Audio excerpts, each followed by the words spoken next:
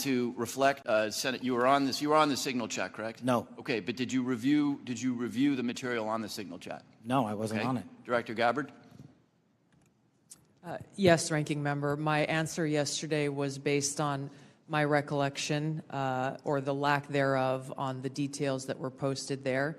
I was not, and what was shared today reflects the fact that I was not directly involved with that part of the signal chat, and replied at the end reflecting the effects, the very brief effects that the National Security Advisor had shared. So it's your testimony that less than 2 weeks ago, you were on a signal chat that had all of this information about F-18s and MQ-9 Reapers and targets on strike, and you in that 2-week period simply forgot that that was there. That's your testimony? My testimony is I did not recall the exact details of what was included there. That was not your testimony. Your testimony was that you were not aware of anything related to weapons packages, targets, and timing. As the testimony yesterday continued on, there were further questions related to that, where I acknowledged that there was conversation about weapons, and I don't remember the exact wording that I used, but I did not recall the specific details that were included. Director Gabbard, you've reasserted that there was no classified information. I think we can all agree that that information shouldn't have been out there. But let me ask you this. Are you familiar with the ODNI's classification guidance? I'm familiar with it. I've actually got a copy right here. If I read you a part of that guidance, I wonder if you could tell me what the level of classification indicated is. I'm reading from your classification guidance. And the criteria is information providing indication or advance warning that the U.S. or its allies are preparing an attack. Do you recall what your own guidance would suggest that be classified? I don't have the specifics in front of me, but it would point to what was shared would fall under the DoD's classification system and the Secretary of Defense's authority. So let me help you, because because there's a very clear answer. And what is not. I guess you don't have it, but information providing, this is the ODNI guidance, information providing indication or advance warning that the U.S. or its allies are preparing an attack should be classified as top secret. Do you disagree with that? I don't disagree with that. I just point out that the DoD classification guidance is separate from the ODNI's classification guidance. Do you think it would be materially different? Ultimately, the Secretary of Defense holds the authority to classify or declassify. Do you think it's likely that DoD guidance is materially different from what I just read? I haven't reviewed the DoD guidance, so I can't comment.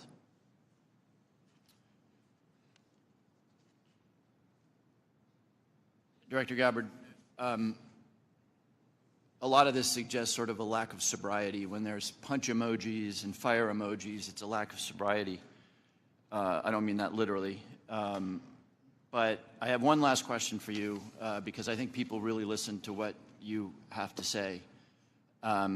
You, on March 15th, as DNI, retweeted a post from Ian Miles Chong, who is listed on RT, that's Russia Today's website, as, quote, a political and cultural commentator who has contributed content to RT since at least 2022. Director Gabbard, do you think that it's responsible for you as head of the intelligence community and the principal presidential intelligence advisor to retweet posts from individuals affiliated with Russian state media? That retweet came from my personal account, and I would have to go back to look at the substance of the tweet. Can I, just so that we don't have a lack of confusion amongst our allies and enemies and us, can I act perhaps that you not think that you should be saying one thing on your personal account than you say officially? I maintain my First Amendment rights to be able to express my own personal views on different issues. Thank you. I yield back, Mr. Chairman. Gentleman yields. Now recognize the distinguished Vice Chairman, General Kelly. Yeah, I'd now, for the first 30 seconds, Mr. Ratcliffe, or Director Ratcliffe, formerly known as Texas, from this Mississippi guy, I'd like to give you 30 seconds if you have anything to respond to what Ms. Gabbard Director Gabbard, just said. Well, Mississippi, it's good to see you again, and I appreciate the opportunity. You know, there's so much talk about this Atlantic article and about things that were said and that could have happened instead of a focus on what did happen. So my responsibility as CIA director, one of its responsibilities is to kill terrorists. And that's exactly what I did along with President Trump's excellent national security team. That's what we should be focused on. With regard to that article, I also would appreciate the opportunity to relay the fact that yesterday I spent 4 hours answering questions from senators as a result of that article that were intimating that I transmitted classified information because there were hidden messages.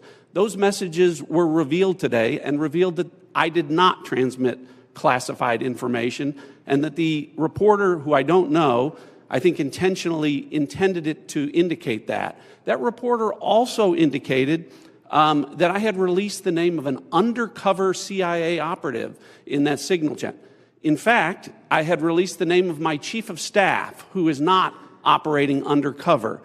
That was deliberately false and misleading, and I appreciate the opportunity to reflect that my answers haven't changed. I used an appropriate channel to communicate sensitive information. It was permissible to do so. I didn't transfer any classified information. And at the end of the day, what is most important is that the mission was a remarkable success, is what everyone should be focused on here, because that's what did happen, not what possibly could have happened. Thank you, Director Ratcliffe. Director Patel, thank you for the great job that you've done. So, first of all, your coordination and trying to comply with the letter that was sent last year and the year before asking for the baseball shooting, of which what I got was basically what happened on the field, and I was there, so I don't need to know that, although no one from the FBI ever talked to me about what happened. They talked to people who were not there.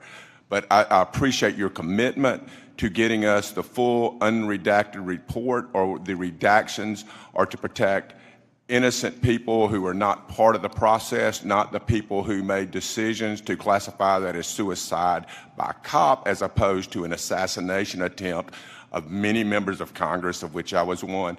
Thank you for your commitment, Director Patel, because I know that you will give us what we have asked for so that we can put this to rest, Mr. Winstrup, myself, and several others. Can I get your commitment to do that, Director Patel? In fact, I just got an update, Mr. Vice Chairman, from my team. You'll have all of those materials to you and your committee by the close of business today, or at the latest tomorrow morning. And just really quickly, Director Ratcliffe, and I don't want to go over time. I think it's so important for everybody to have their time. Can you tell me the impact that DOJ has had in causing you to fire people you shouldn't have fired, or release people who are instruments of national security are no longer there? Tell me if you've had any impact specifically that DOJ has caused you to lose someone who was necessary for national security. Given the fact that as of this date, no one from DOJ has been on the CIA campus, and I've had no direct communication with DOJ other than conversations with Elon Musk at cabinet meetings, I would say the impact is zero. Director Patel? I'm in a similar situation. We do work with DOJ on government efficiencies, but I have not seen any negative impacts at the FBI. Thank you very much. And Director Gabbard, it's good to see you again, too. You know, I think we were freshmen together, you and I and Director Ratcliffe, and I'm here and you guys are like there.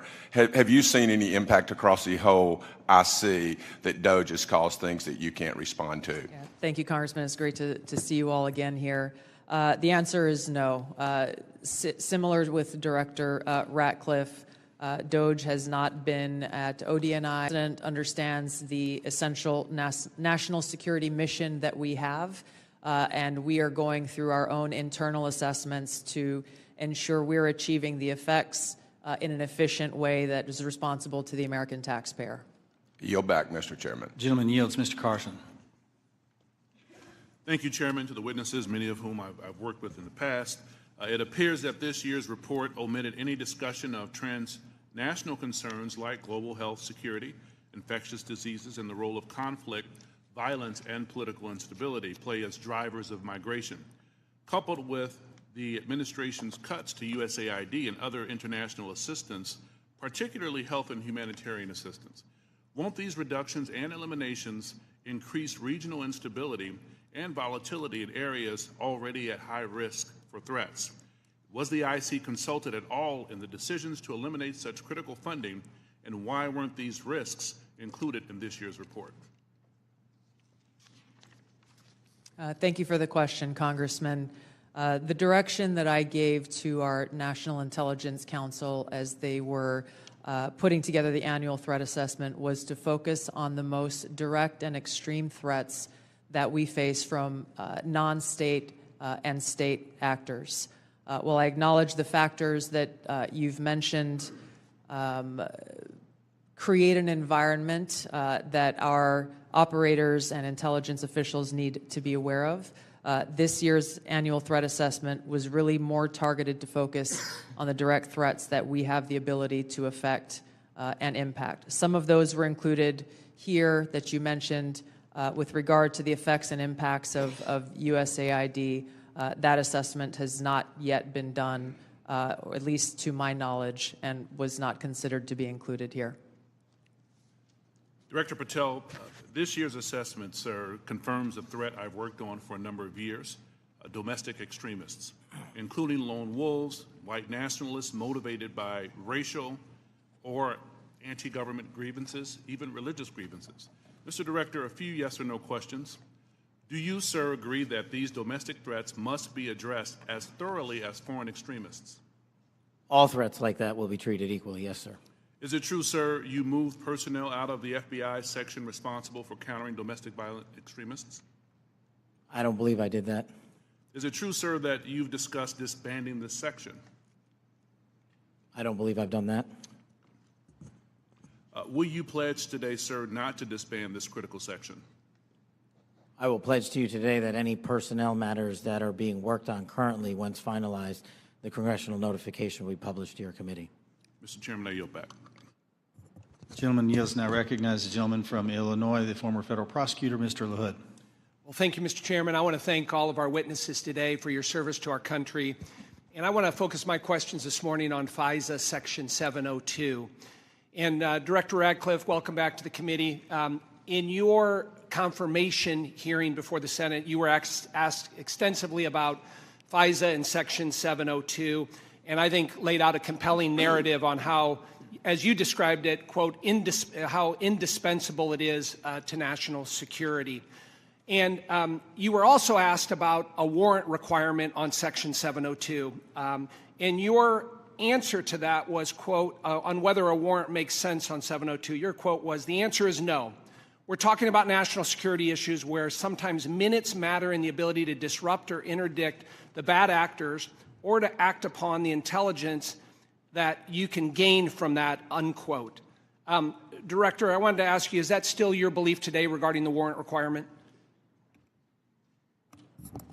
Congressman, it absolutely is. You've accurately reflected my prior testimony. It is also my testimony that 702 is indispensable to our intelligence picture, and the loss of it would be catastrophic to CIA. And the reason that I say that from this position is not only is 50% of all of our critical analysis provided to the President as Commander-in-Chief in the President's daily brief 702 derived, 70% of CIA's success with regard to advanced weapons counterproliferation is the result of 702 collected information. And finally, 90% of CIA's successful interdictions with regard to synthetic drugs like fentanyl are the result of 702 collection. It's absolutely indispensable to the work that CIA does, and I'm glad that you gave me the opportunity to reflect that to this committee. Thank you, Director. And just to ask a follow-up on that, as you know, in the House last year when we had our FISA reform and Section 702 reform measures put in place, you know, we had a debate, robust debate on the House floor regarding the warrant requirement. It was a very, very close vote, 212 to 212. Director Ratcliffe, what can you tell our members to alleviate and reassure them on, again, the harm that a warrant requirement would do to 702? Well, Congressman, it would impose a de facto ban on lawfully querying previously collected data to find threats against U.S. persons and government officials. So that would be, again, catastrophic to our efforts to keep our community safe. And I would also point out, because I know that these are legitimate concerns with regard when we talk about FISA and 702 specifically, everyone on this committee recalls that when I was a member, I also called out FISA abuses when they occurred. And I don't want there to be any violation of Americans' civil liberties and Fourth Amendment rights. But I would point to the CIA's frankly impeccable record of compliance, and we can talk about that more in a closed session. Thank you, Director. Director Patel, I want to turn to you. Similar in your Senate confirmation, you were asked extensively about 702. And as you know, in our bill that we passed last year, we put lots of reforms and changes and protocols in place for the FBI. And I know that you're supportive of many of those. Specifically on the impracticalities of a warrant requirement on 702, you were quoted as saying, when you were asked about it, it is almost impossible to make that function of the warrant requirement work and to serve the national no-fail mission. Is that still your testimony here today? It's great to see you, Congressman, and yes, that's my testimony. Thank you. As you know, the reforms that we put in place were significant, requiring the FBI personnel to get a supervisor or attorney approval to conduct U.S. person inquiries, requiring high-level approvals up to the FBI deputy director level before certain queries are conducted on U.S. elected or appointed officials, candidates, or media personnel, requiring the Department of Justice to audit all U.S. person queries performed by the FBI within 6 months of each, of 6 months of each query, reducing the number of FBI personnel who have the ability to query. Can you talk about the current implementation of those reforms and how that's going, Director Patel? Absolutely. With probably the most recent one, in terms of 702 query reviews, we only have about 200 left when it comes to U.S. persons, and we will promulgate those findings to you. But as of today, of all the U.S. persons queried in the 702 databases, there's only been one instance of negligent conduct. We have already implemented limited access to those who actually know how to use the FISA process in 702, and we have implemented a direct reporting structure to the Office of Director and the Deputy Director to make sure that anyone, whether it's intentional or unintentional, abuses the 702 query system is brought to our attention immediately, and we will take that on for action directly. And in terms of piggybacking off Director Ratcliffe's, the public defender in me realizes the importance of constitutional due process more than anyone.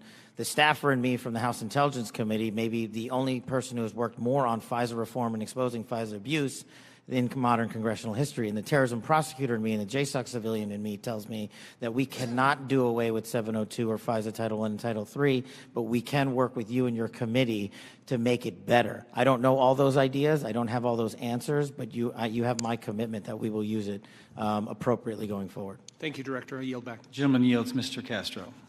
Thank you, Chairman. Tulsi, you and I came into the Congress together in 2013. And Kash, you and I was serving on the Intelligence Committee when you worked on the Intelligence Committee. And John, you and I are both from Texas, and we both served together on the Intelligence Committee. The idea that this information, if it was presented to our committee, would not be classified, y'all know is a lie. That's ridiculous. I've seen things much less sensitive be presented to us with high classification. And to say that it isn't is a lie to the country. I want to ask the generals now. The NSA is principally in charge of intercepting things like signals intelligence from other countries. General, I want to ask you, if your organization, your agency, intercepted something like this from Russia or China or some other country, would you consider this classified information?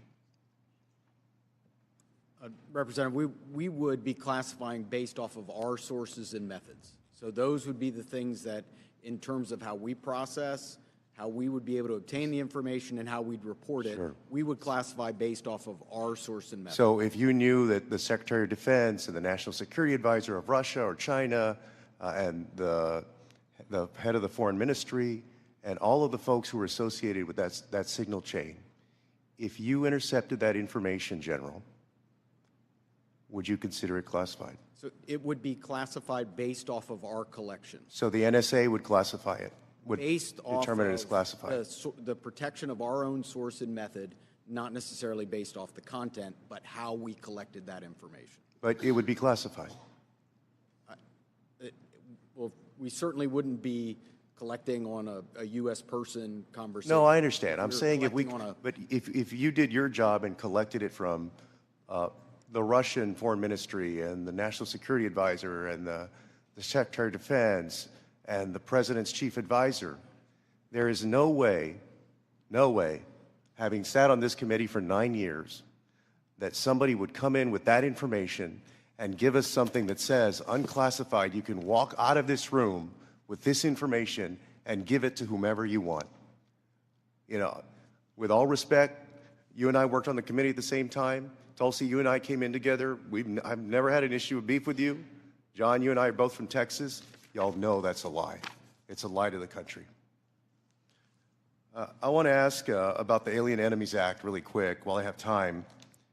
The President has used the Alien Enemies Act, a wartime authority last used to detain German and Japanese nationals during World War II, to summarily deport people accused of being members of the Venezuelan gang Tren de Agua. To invoke this law, the President must demonstrate that the United States is under invasion by a foreign nation or government. They have alleged that we are under invasion by the Venezuelan government.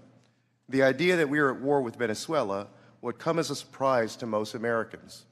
The unclassified version of the annual threat assessment the intelligence community just released makes no mention of any invasion or war that we are fighting with the nation of Venezuela. You would think our nation being at war would merit at least a small reference in this threat assessment. And Director Ratcliffe, does the intelligence community assess that we are currently at war or being invaded by the nation of Venezuela? We have no assessment that says that. Thank you. In invoking the law, the President alleged that Tren de Agua is, quote, undertaking hostile actions against the U.S. at the direction, clandestine or otherwise, of the Maduro regime in Venezuela. Director Gabbard, does the intelligence community assess that the Venezuelan government is directing Tren de Agua's hostile actions against the United States? There are varied assessments that came from different intelligence community elements. I'll defer to Director Patel to speak specifically to the FBI assessment. But let me ask you, so you're saying there are conflicting assessments that have come from the IC?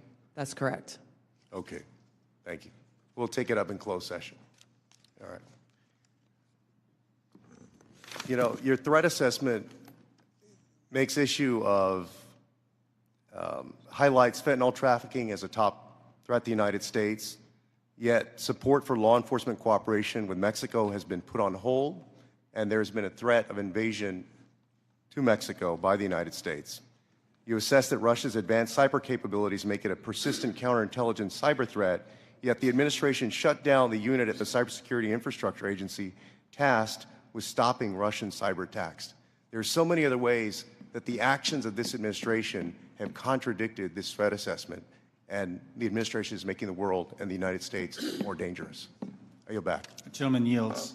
The gentleman from Pennsylvania, Mr. Fitzpatrick. Thank you, Chairman Crawford. Thank you to all of our witnesses for being here. I look forward to working with each and every one of you to keep our country and our planet safe. I wanted to carry on the topic of Section 702 reauthorization. Representative LaHood and I did a lot of work on this over the past 2 years. As you all know, last Congress, this committee worked in a bipartisan manner to advance the reauthorization of what most of us, if not all, deem to be our country's single and most important national security tool. The result was what was titled the Reforming Intelligence and Securing America Act, which not only reauthorized Section 702, but equally important, it provided necessary reforms to our intelligence community in an effort to address past abuses. This was the largest single reform of the FBI and the IC in a generation, making sure that there are appropriate compliance guardrails that enhance accountability while still protecting the critical tools necessary for our nation's security. Just to name a few, in 2009, Section 702 protected our nation from an attack by an al-Qaeda member who intended to detonate explosives in the Manhattan subway lines. In 2014, Section 702 helped prevent attacks by assisting in the removal of ISIS leader Haji Imam. In 2022, Section 702 contributed to the U.S. government's operation against the last remaining 9/11 architect, Ayman al-Zawahiri. And as we saw in the horrendous attacks of October 7th, an attack on the people of Israel, where Hamas killed over 1,200 innocent civilians, intelligence collection is essential to the safety and security of our population. We must never, ever see another attack the likes of 9/11, especially as a result of a self-inflicted intelligence failure. Not reauthorizing the use of this authority in this coming year would intentionally and willingly put the United States at a disadvantage against actors who seek our destruction. Representative LaHood touched on the warrant requirement. As you all know, that is really the linchpin here. And I think it's abundantly clear for members of this committee, members of this Congress, and for members of our Intelligence Committee to understand that a warrant requirement is on the collection of data. A warrant requirement cannot apply to the querying of already lawfully collected data. To follow that theory to its logical extreme would be to say that a police department who has an evidence locker containing lawfully collected data has to get a warrant to re-enter that evidence locker. It'd be akin to say to a police officer they cannot run a license plate, which is querying off of lawfully collected Department of Transportation data without getting a warrant. It would shut down the courts. It would shut down law enforcement. It would make our country much less safe. So I want to ask Director Patel, Director Radcliffe, I want to yield the floor to you as we will be working with all of you, particularly your two agencies on reauthorization, to share your thoughts.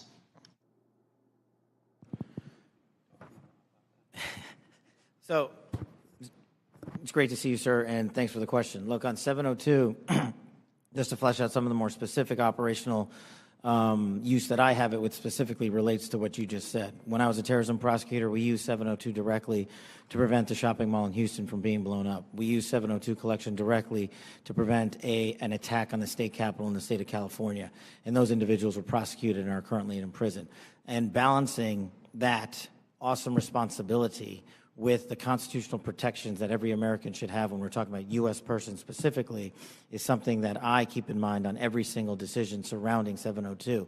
But as Director Radcliffe stated, and has been my experience, while I understand and appreciate the concerns for the warrant requirement based on U.S. persons, if there is a solution that allows that to happen in real time, then we can have that discussion. But I have not encountered one, and thus it obviates the need in my perspective, in my mission set to protect the American people and hunt down criminals in its application. So where it is now with the reforms y'all have implemented, we've done a great job on protecting American civil liberties, and I'm always open to, and I do believe we can do some more. Director Radcliffe. Good to see you again, Congressman. I agree with Director Patel's comments with regard to that. I'll start out by saying, obviously in this role, I'm not a policymaker. But at the appropriate time, when this comes up for renewal, I think I made it clear and will make it clear from the CIA's perspective the indispensability of 702 as a tool to providing the Commander-in-Chief an accurate picture of the threat environment. You mentioned some examples of 702 success. When we get into the classified session, later this afternoon, I have some further examples of 702 success that we can talk about, and I think that reflects my position. Thank you all. I yield back. The gentleman yields. Mr. Krishnamurthy. Good morning. Thank you, Mr. Chair, and thank you to our witnesses for coming. Thank you for your service. Director Gabbard, you said no classified information was included in the signal chat, correct? That's correct. And President Trump also said there was no classified information in the signal chat, and Secretary Hegseth said nobody was texting war plans. There was absolutely no classified info in that chat. Lieutenant General Cruz, I'd like to talk to you about a couple things real quick. Executive Order 13526, Section 1.4a. This is the Trump administration's executive order with regard to classified information. It says, information shall be classified if its unauthorized disclosure could reasonably be expected to cause damage to national security, including military plans, weapons systems, or operations. You don't disagree that that's accurately quoted, right? That's an accurate quote from the executive order. And DOD 5200.01, this is the DOD's manual on classification, says, quote, information shall be classified if its unauthorized disclosure could reasonably be expected to cause describable damage to national security.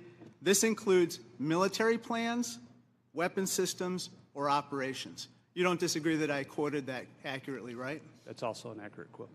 Can I show you I'd like to show you the text that Secretary Hegseth actually published to the world. Now, Lieutenant General Cruz, as Ranking Member Himes said, it says, time now, weather is favorable, just confirmed with CENTCOM we are a go for mission launch. Then it says at 12:15 Eastern, F-18s launch first strike package. F-18s are military systems, correct? Weapon systems.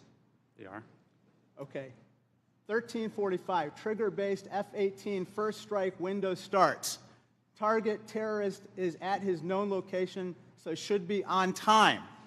Also, strike drones launch, MQ-9s. MQ-9s is a weapon system, correct? They are. Okay.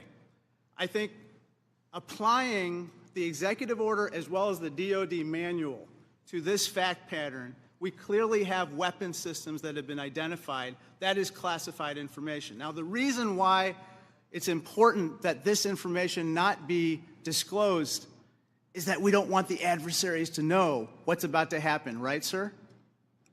Well, I would draw a small distinction there. You referenced and asked if that platform, those two platforms, are weapon systems. They are, but those terms are used all across the globe in a lot of contexts. So it's really about how they're used in the context of this particular document. I just want to clarify that the use of those terms, I understand. Yeah. In this situation, those are operational details. They are operational details, but again, as you quoted the DOD instruction, it's about operations. So as you further go down into what are the operational details, I think as we had a discussion yesterday, the important aspect, I think all of us are very familiar. This is classified information. This is classified information. It's a weapon system as well as sequence of strikes as well as details about the operations. And so I think that just piggybacking off of what some other members have said, using the DOD's manual as well as the executive order in operation today with the Trump administration, this text message is clearly classified information. Secretary Hegseth has disclosed military plans as well as classified information. He needs to resign immediately. He needs to resign immediately, and a full investigation needs to be undertaken with regard to whether other similar signal chats are occurring in this administration. I'd like to turn my attention to another topic. Director Patel, according to the DOJ, in 2022, the FBI-led Joint Terrorism Task Force, JTTF, in my hometown of Chicago, valiantly led efforts to prevent a plot to attack Naval Station Great Lakes in Illinois. You don't dispute that, do you, sir? I'm not familiar with it, but I don't dispute what you're telling me. Thank you.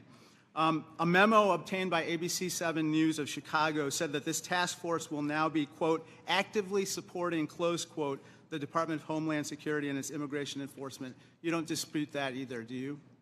I'm just not familiar with it, sir. Okay. Sir, I just have to say, the DOJ has now tasked JTTFs to shift some resources to immigration enforcement efforts. And I don't say this lightly, if there's a terrorist attack anywhere in the country, including in Chicago, and it was because the JTTFs in part shifted resources, they'll be held to pay. Thank you, sir. Gentleman's time has expired. Gentleman from Georgia, Mr. Scott. Thank you, Mr. Chairman. Director Gabbard, was the target terrorist named in the text, or was it simply referred to as target terrorist? The target was not named. Thank you. Was the location named? Congressman, no locations were named. Thank you. Director Patel, there was a specific accusation made about how close we are working with Mexico currently. My understanding, and I want to congratulate you on this, and I think it shows a shift of focus at the FBI since you've taken over to what it should have been doing all along, which is chasing the 10 most wanted that are threatening our country. My understanding is that 2 of the 3 were actually arrested in Mexico and are being extradited back to the United States. Is that correct? Yes, sir. We have been working. One of the first meetings I took as FBI director was my counterpart, Secretary Farouche in Mexico. And subsequent to that, we have repaid or extradited or expelled from Mexico 2 top 10 of the FBI's most wanted list and 33 other criminals. Well, it sounds to me like we're working closer with them today than we have in the last several years, and that the focus of the FBI has shifted to actually protecting American citizens instead of arresting pro-life protesters. Our mission is to find violent criminals wherever they are, and if they're in Mexico, we're going to get them. Thank you. And I appreciate you, and I appreciate the change in the focus of the FBI. I want to talk with you a little bit about the counterintelligence threats, one of which was an active duty U.S. Army soldier charged with conspiring to transmit national defense information to individuals located in China. What can you say in this setting, or can you briefly explain your work with interagency partners to identify and neutralize counterintelligence threats in the United States around this example? For me, sir? Yes, sir. So generally speaking, on counterintelligence and countering espionage, whether it's from adversaries like the CCP, Russia, Iran, or otherwise, we have prioritized them as an equally violent criminal enterprise seeking to do harm to our critical infrastructure and also to exploit and steal our data, whether it's government or private personnel. And so we have expanded our resources into them and working with the interagency to make it a priority. Okay, thank you. I want to move on to the issue of the threshold of parole under the previous administration and the number of illegal immigrants that have come into this country, including people with known membership in terrorist groups. For those individuals that pose a risk and that we have captured and are being deported, are we sharing the biometric and biographic information with our allies to mitigate their ability to relocate or operate abroad? What we are doing at the FBI is sharing the information we're allowed to with our Five Eye partners, and then on an individual basis, we are trying to share information with other partners who deemed individuals that they find of consequence. Okay. As you move further into your position, if you have additional recommendations on how we better share information, please let us know. Yes, sir. Director Ratcliffe, China's influence on the Panama Canal has increased since 2017. Panama became the first Latin American country to sign on to China's Belt and Road Initiative. Can you talk about not just China embedding itself into the various canal-related sectors and operations, but what other areas in Central and South America have China and others increased their presence, and what examples concern you the most? Thanks, Congressman. Appreciate the question. I do want to comment. The question before about cooperation with Mexico, it's really across the IC. When Mexico's Secretary General Omar Harfouch, head of Mexican security, was here, he not only met with Director Patel, he met with Director Gabbard, and he met with me. So we have been working on that, again, to the benefit of both our countries. To your point, the PRC throughout Central and South America continues to attempt to use its soft power to gain a foothold. They use direct aid to countries that need it. They also provide funding to universities to get a foothold to create influence. And you mentioned the Panama Canal, and you've seen the diplomatic efforts of the administration to address that and push back on PRC ownership of the canal locks. But that ties into what the IC is doing. In these instances, it's important for us, Congressman, to the best way we can operate is to provide intelligence to countries in Central and South America, to provide them with briefings, which we do, to provide them with tailored analysis of our intelligence about how China is manipulating them, about how China is hacking them, the things that China is doing to gain a foothold, and Russia and Iran throughout that area. So the CIA is very much focused on that. Gentleman's time's expired. Mr. Crow. Thank you, Chairman. General Hawk, the NSA recently warned its employees not to use the Signal app. Is that correct? What we did, Congressman, is we put out cybersecurity advisories on a whole host of systems. On the Signal app that was included in that advisory, right? What we've done is we've put out an advisory on how to use the Signal app and other encrypted applications, because we do encourage our employees and their families to use encrypted. Because there's risk to that app. There are. Okay. General Cruz, DOD also issued a warning about vulnerabilities to the Signal app recently, correct? That's correct. Okay. Director Gabbard, you were on the Signal text chain in question, correct? Yes. As was Mr. Witkoff, the administration's lead negotiator with the Russians, correct? Yes. And at the time, Mr. Witkoff was actually in Russia during this chat discussion, was he not? I was not aware of that. Was he on his personal phone at the time? I don't know. Well, it's my understanding that he was indeed in Russia. Director Gabbard, you were also traveling during this discussion, correct? Yes. And where were you? I was traveling through the Asia-Pacific region. I don't recall which country I was in at that time. You don't remember the country? I'd have to go back and look at the schedule. Director Gabbard, I want to direct your attention again to the text chain where it says, just confirmed with CENTCOM, we are a go for mission launch. Does that indicate to you that there is about to be a military operation? Yes. Director Gabbard, earlier in this hearing, we heard about the DOD's classification standards. I want to now turn my attention to your classification standards. You're the Director of National Intelligence. The Office of the Director of National Intelligence classification guide says, quote, information providing indication or advance warning that the U.S. or its allies are preparing for an attack, end quote, is to be classified as top secret. Are you familiar with that? Yes. Director Gabbard, have the Houthis indicated an ability to shoot down American aircraft? Yes. They have in fact done so, haven't they?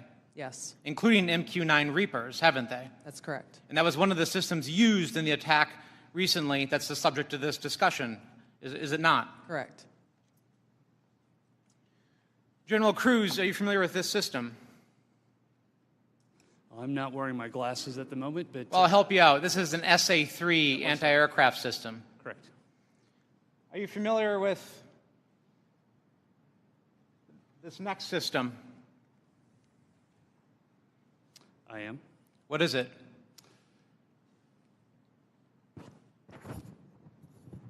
I'm going to have to ask you. It's an SA-6. I'm going to guess that this is also an advanced anti-aircraft system, is it not? It is. It was used widely in the Balkans in the 90s, correct? And the Houthis also have this system, don't they? They certainly do. And they've employed it against our aircraft, have they not? They have attempted to, correct. I spent my life in service to this country. I deployed 3 times to combat in service to this nation. I learned in that time in service that responsibility is core to leadership. You accept responsibility when things go wrong. You admit mistakes. You set the standard from the very top. It is completely outrageous to me that administration officials come before us today with impunity, no acceptance of responsibility, excuse after excuse after excuse, while we send our men and women downrange to do incredibly difficult, incredibly dangerous things on our behalf. And yet, nobody is willing to come to us and say this was wrong. This was a breach of security and we won't do it again. It is outrageous and it is a leadership failure, and that's why Secretary Hegseth, who undoubtedly transmitted classified, sensitive operational information via this chain, must resign immediately. There can be no fixes, there can be no corrections until there is accountability, and I'm calling on the administration to move forward with accountability. I yield back. Gentleman yields. Gentleman from Texas, Mr. Crenshaw.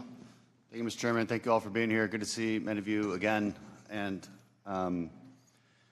thank you for enduring 2 long days. I will note I always use fire emojis when I see terrorists getting killed. And I want to talk about cartels. This is a subject that is near and dear to my heart. I've been investigating it thoroughly for the last couple of years, and I'm glad to see that it's mentioned in all of your opening statements. I mentioned it at the very beginning of the threat assessment. There's a lot to work on here. One of our task force, we had a cartel task force in Congress. One of our key findings was that there needs to be a centralized, maybe call it authority or maybe call it office, maybe call it cartel czar within the administration that actually coordinates all the very different aspects of fighting this battle. Has anything like that been talked about? I'll go to you, Ms. Director Gabbard. Thank you, Congressman. It's good to see you again. This is very much central to the conversations and planning and execution of the President's focus on targeting the cartels and the threats that they pose to the American people. Homeland Security task forces are being set up that include across the government integration. I can speak from my standpoint from the intelligence community, and our National Counterterrorism Center is leaning heavily forward into gathering and consolidating and integrating the intelligence that comes from DEA and others who've been working this issue for a while to make it so that it can be shared and integrated through the federal, state, and local law enforcement equities who are going after this problem. Yeah, we'll talk a lot more about that exact thing in closed session, but at a higher level, our recommendation is there needs to be someone at a much higher level that coordinates state, DOD, CIA, FBI, Homeland. It's a massive problem, one I'm all too familiar with. Director Patel, the FBI is tasked with working foreign corruption charges. In the past administration, the FBI told me they actually don't focus on Mexico very much. Because now, in their defense, they say the reason is because they won't get anything out of it, because they don't have a cooperative government to work with. I think a lot has changed. Do I have your commitment that we will at least start following up on those, because the judiciary system in Mexico is a key component in our failures to address the cartels? You do, Congressman. Apologies for not getting back to you sooner. You're good. I appreciate it. I also want to ask you that the FBI has disrupted an alarming number of terrorist attacks in the last 2 years. Great on the FBI for doing that. I don't think many Americans realize how good the FBI has been at this. But this also gets to the conversation earlier about FISA 702. One of the main arguments I wanted to argue with my colleagues on this was when you have a warrant process for the query, what you will fail to do is connect the dots between the domestic and the international threat, and those connections are there, as we see all the time. Would you agree with that? That we need to maintain that process in a responsible way, of course. I do, sir. I appreciate that. Director Gabbard, in my remaining time, I want to ask you, because of my, and this may go to our General Cruz as well. Because of my work on energy and commerce, we have an issue there with broadband spectrum auctions, and of course this affects our intelligence community in a very large way, and our DoD. Getting right to the question here, how much, if any, spectrum can the DoD give up without having a significant effect on the administration's prioritization of lethality and deterrence? I'll defer to General Cruz, specific to DoD. I certainly wouldn't want to speak for all of DoD, and I think the committee is already in a fantastic conversation with the DoD on that issue. But broadly, what I would say is DoD has laid out the portions of the spectrum that it believes for both operational capabilities, and in closed session, I am more than happy to walk you through from the intelligence portion of the mission that we do. There are two different portions of the spectrum. We often talk about one, but not the other, and in closed session, I'd be more than happy to tell you why the other portion of the spectrum is important to national security. Sure, and the details are obviously classified, but we can talk about X and S spectrums and get a better idea for the public about, because the public would benefit from telecom having the ability to use some of these. When we look at 5G networks, 6G networks, so it's a conversation that we need to have and a much longer time to do so, which I've run out of. So I yield back. Thank you. Gentleman yields. Dr. Barra. Thank you, Mr. Chairman. You know, I associate myself with the comments of my colleague, Congressman Crow. I'm deeply disappointed in how we're handling this breach of protocol and so forth.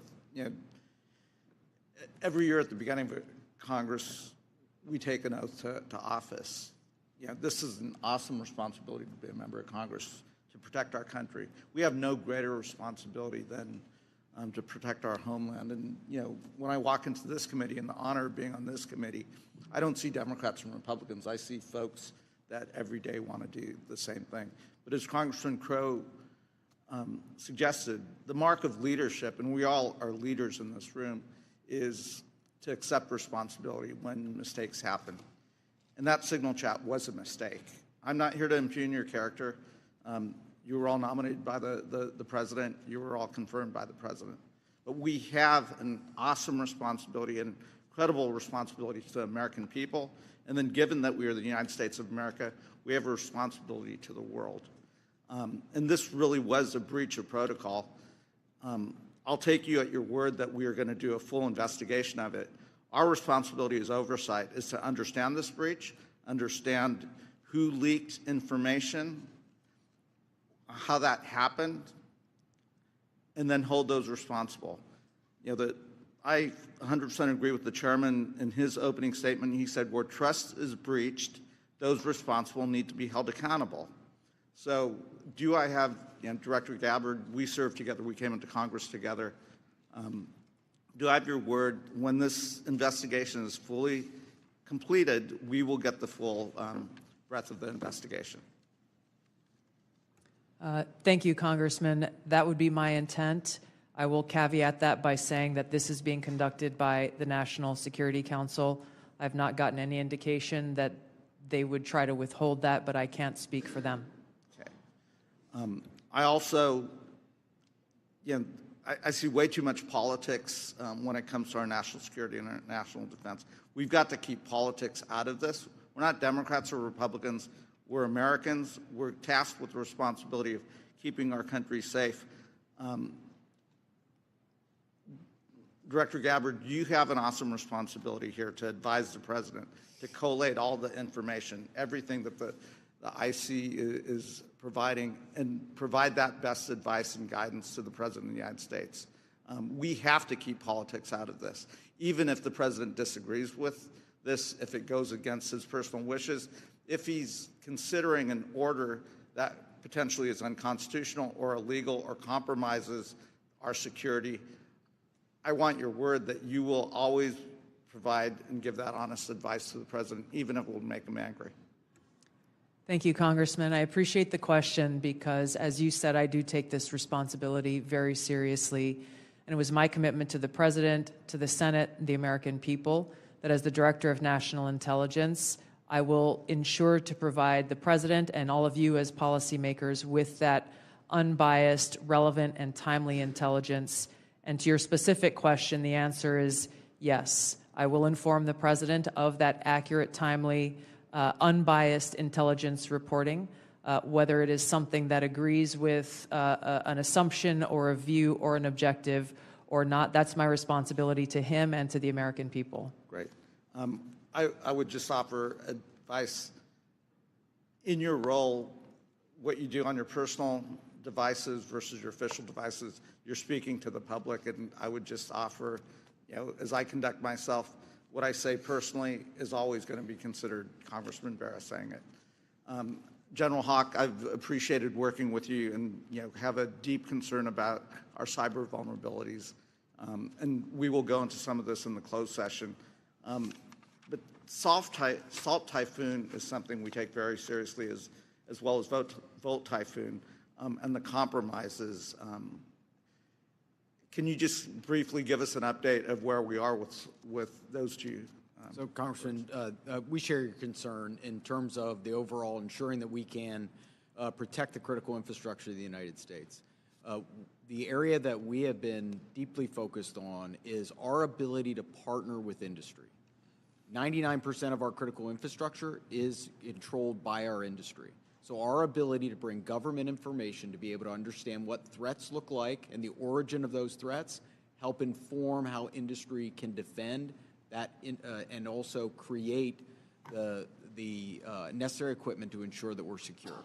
That partnership continues to grow, and that's really one of our key priorities. And I'll be able to go in closed session into more detail about the specific actions we've done together as an interagency with our industry teammates. Right, thank you. I yield back. Gentleman yields. A gentleman from Pennsylvania, General Perry. Thank you, Mr. Chairman. Thank you, ladies and gentlemen, for your attendance and your service to national security for our country. I'm going to start with Director Patel and then go to Director Gabbard.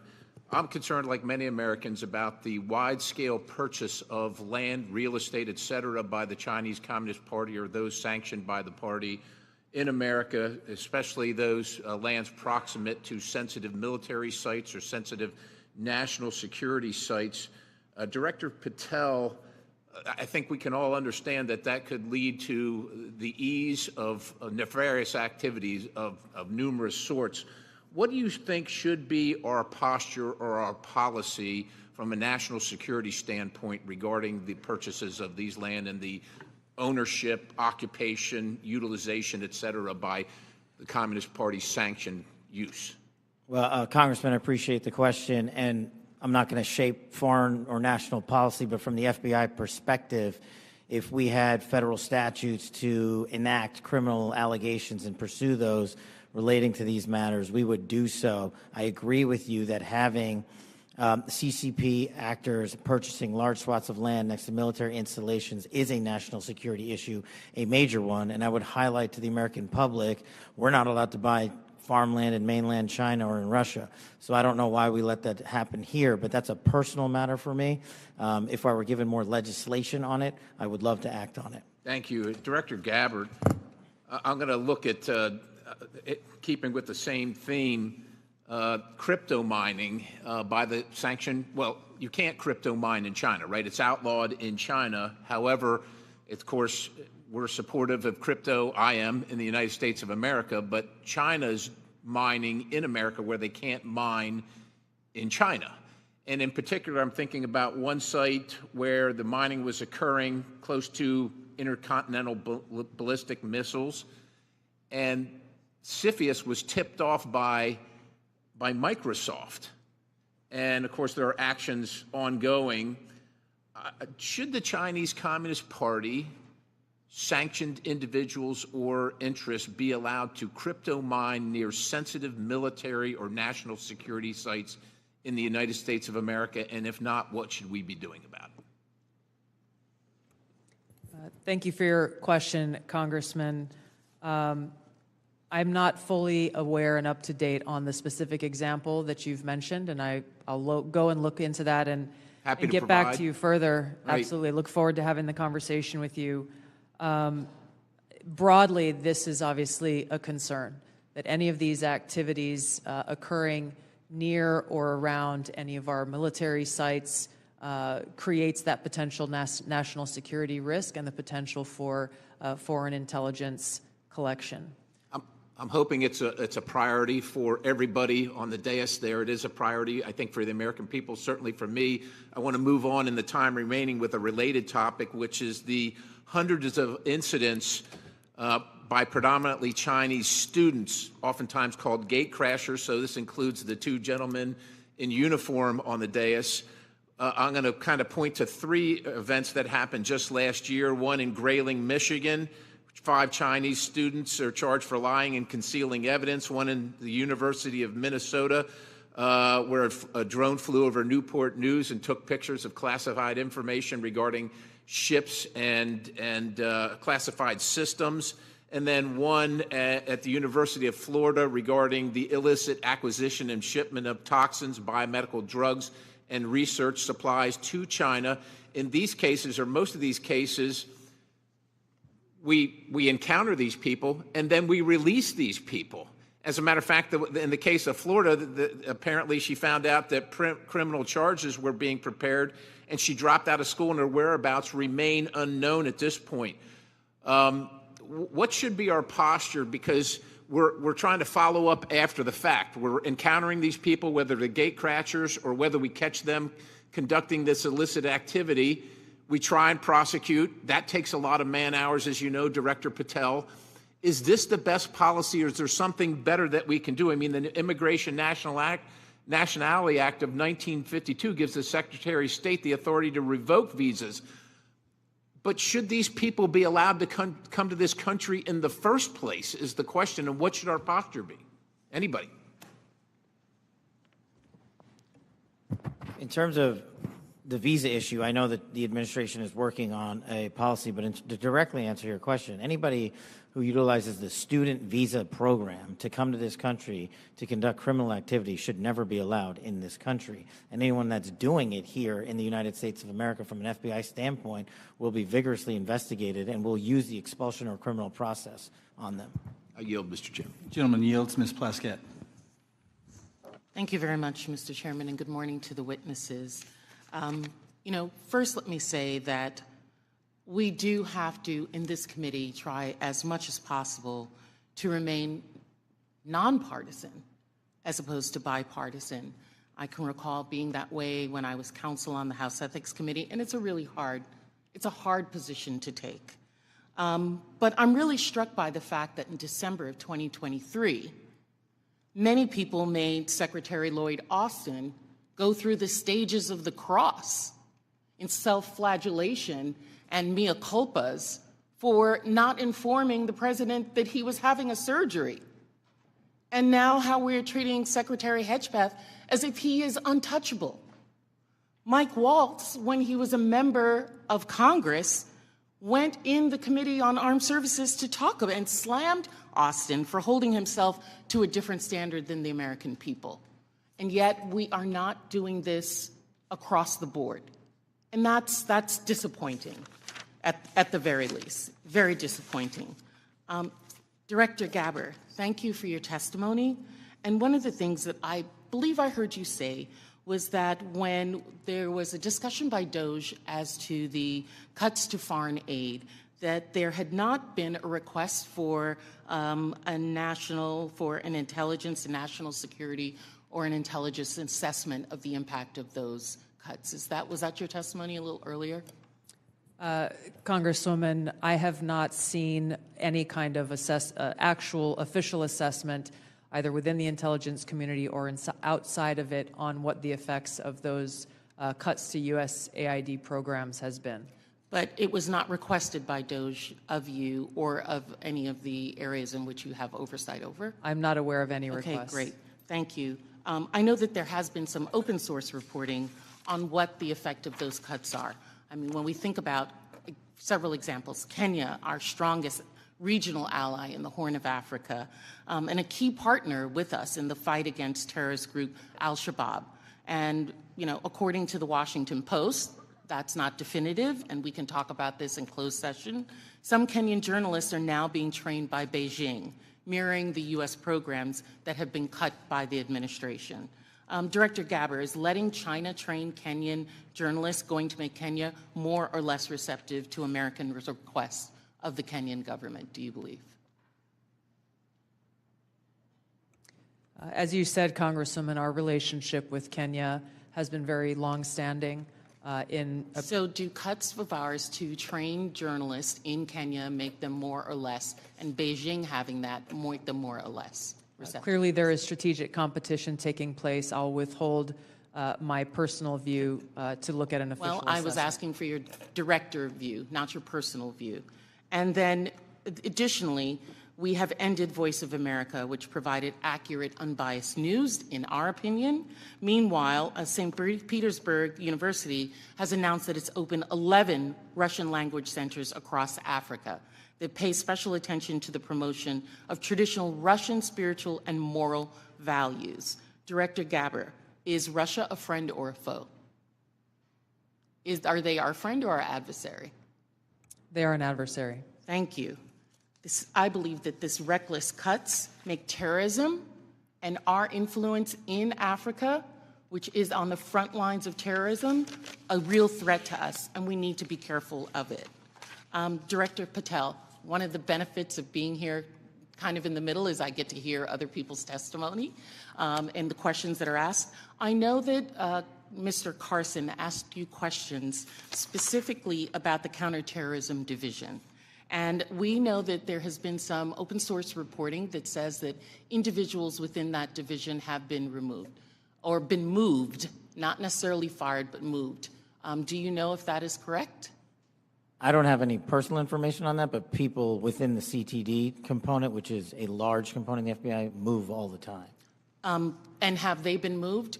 Are you able to get that information to us, whether they have or have not been moved? I'll go back to my team and see who has been moved. If you have a particular interest, we'll share it with you. Of course, we have an interest in Counterterrorism Division and movement of individuals within that.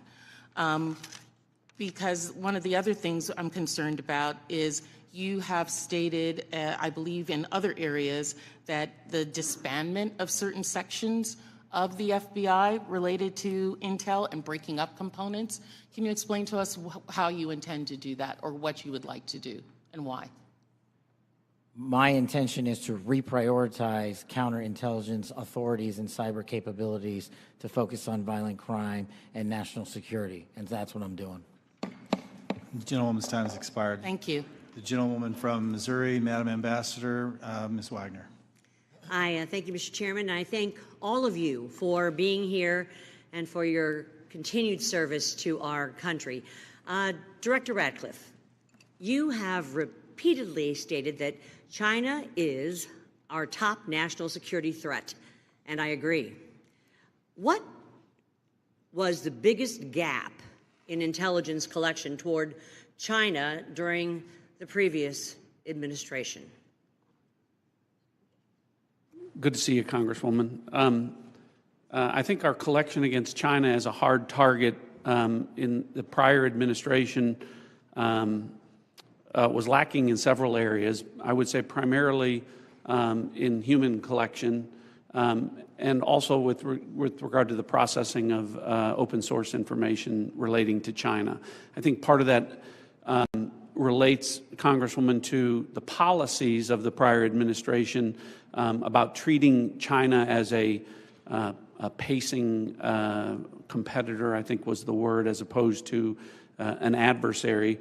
So one of the things in my focus as CIA director, which carried over from my time as DNI, in seeing all of our intelligence, seeing that China is our greatest geopolitical threat, and focusing the CIA specifically more directly in all areas of our collection on China as a hard target. Well, and I'm grateful to hear you say the words open source. So as I hope that all of you may be aware, I am honored to be the chair of the new Open Source Intelligence Subcommittee for HPSI.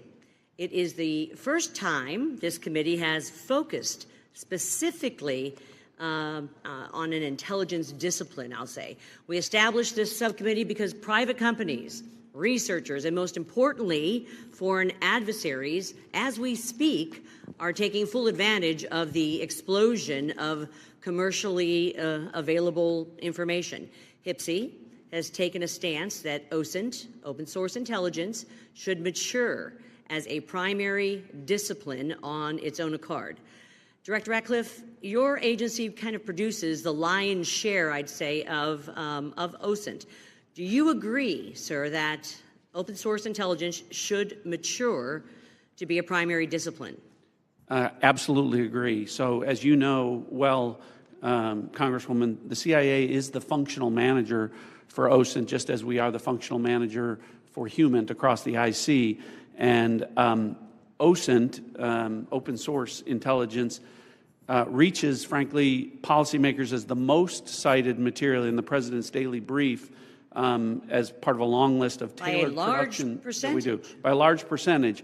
But also, as you know, and as you've pointed out, Congressman, until recently, one of the greatest weaknesses with regard to OSINT was that the collection was so large that it was daunting for use by mission partners across the IC. So the CIA's open source enterprise pioneered the use of AI to triage that collection as it comes in. And what that allows us to do is to summarize collection from over 225 languages into English and to put that in the hands of policymakers, again, showing that the CIA is focused on using technology to tackle some of the challenges to intelligence collection. There is so much innovation in technology in this, and the investments being made across the IC to purchase data, but it appears to be in silos, to be perfectly honest, and lacking maybe an integrated approach.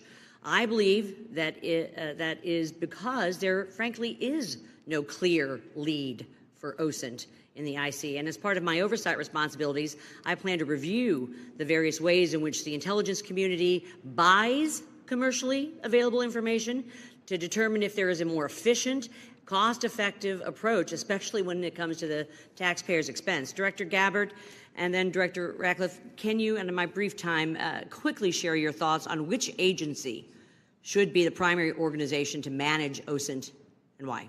Thank you, Congressman, and thank you for your leadership in this area.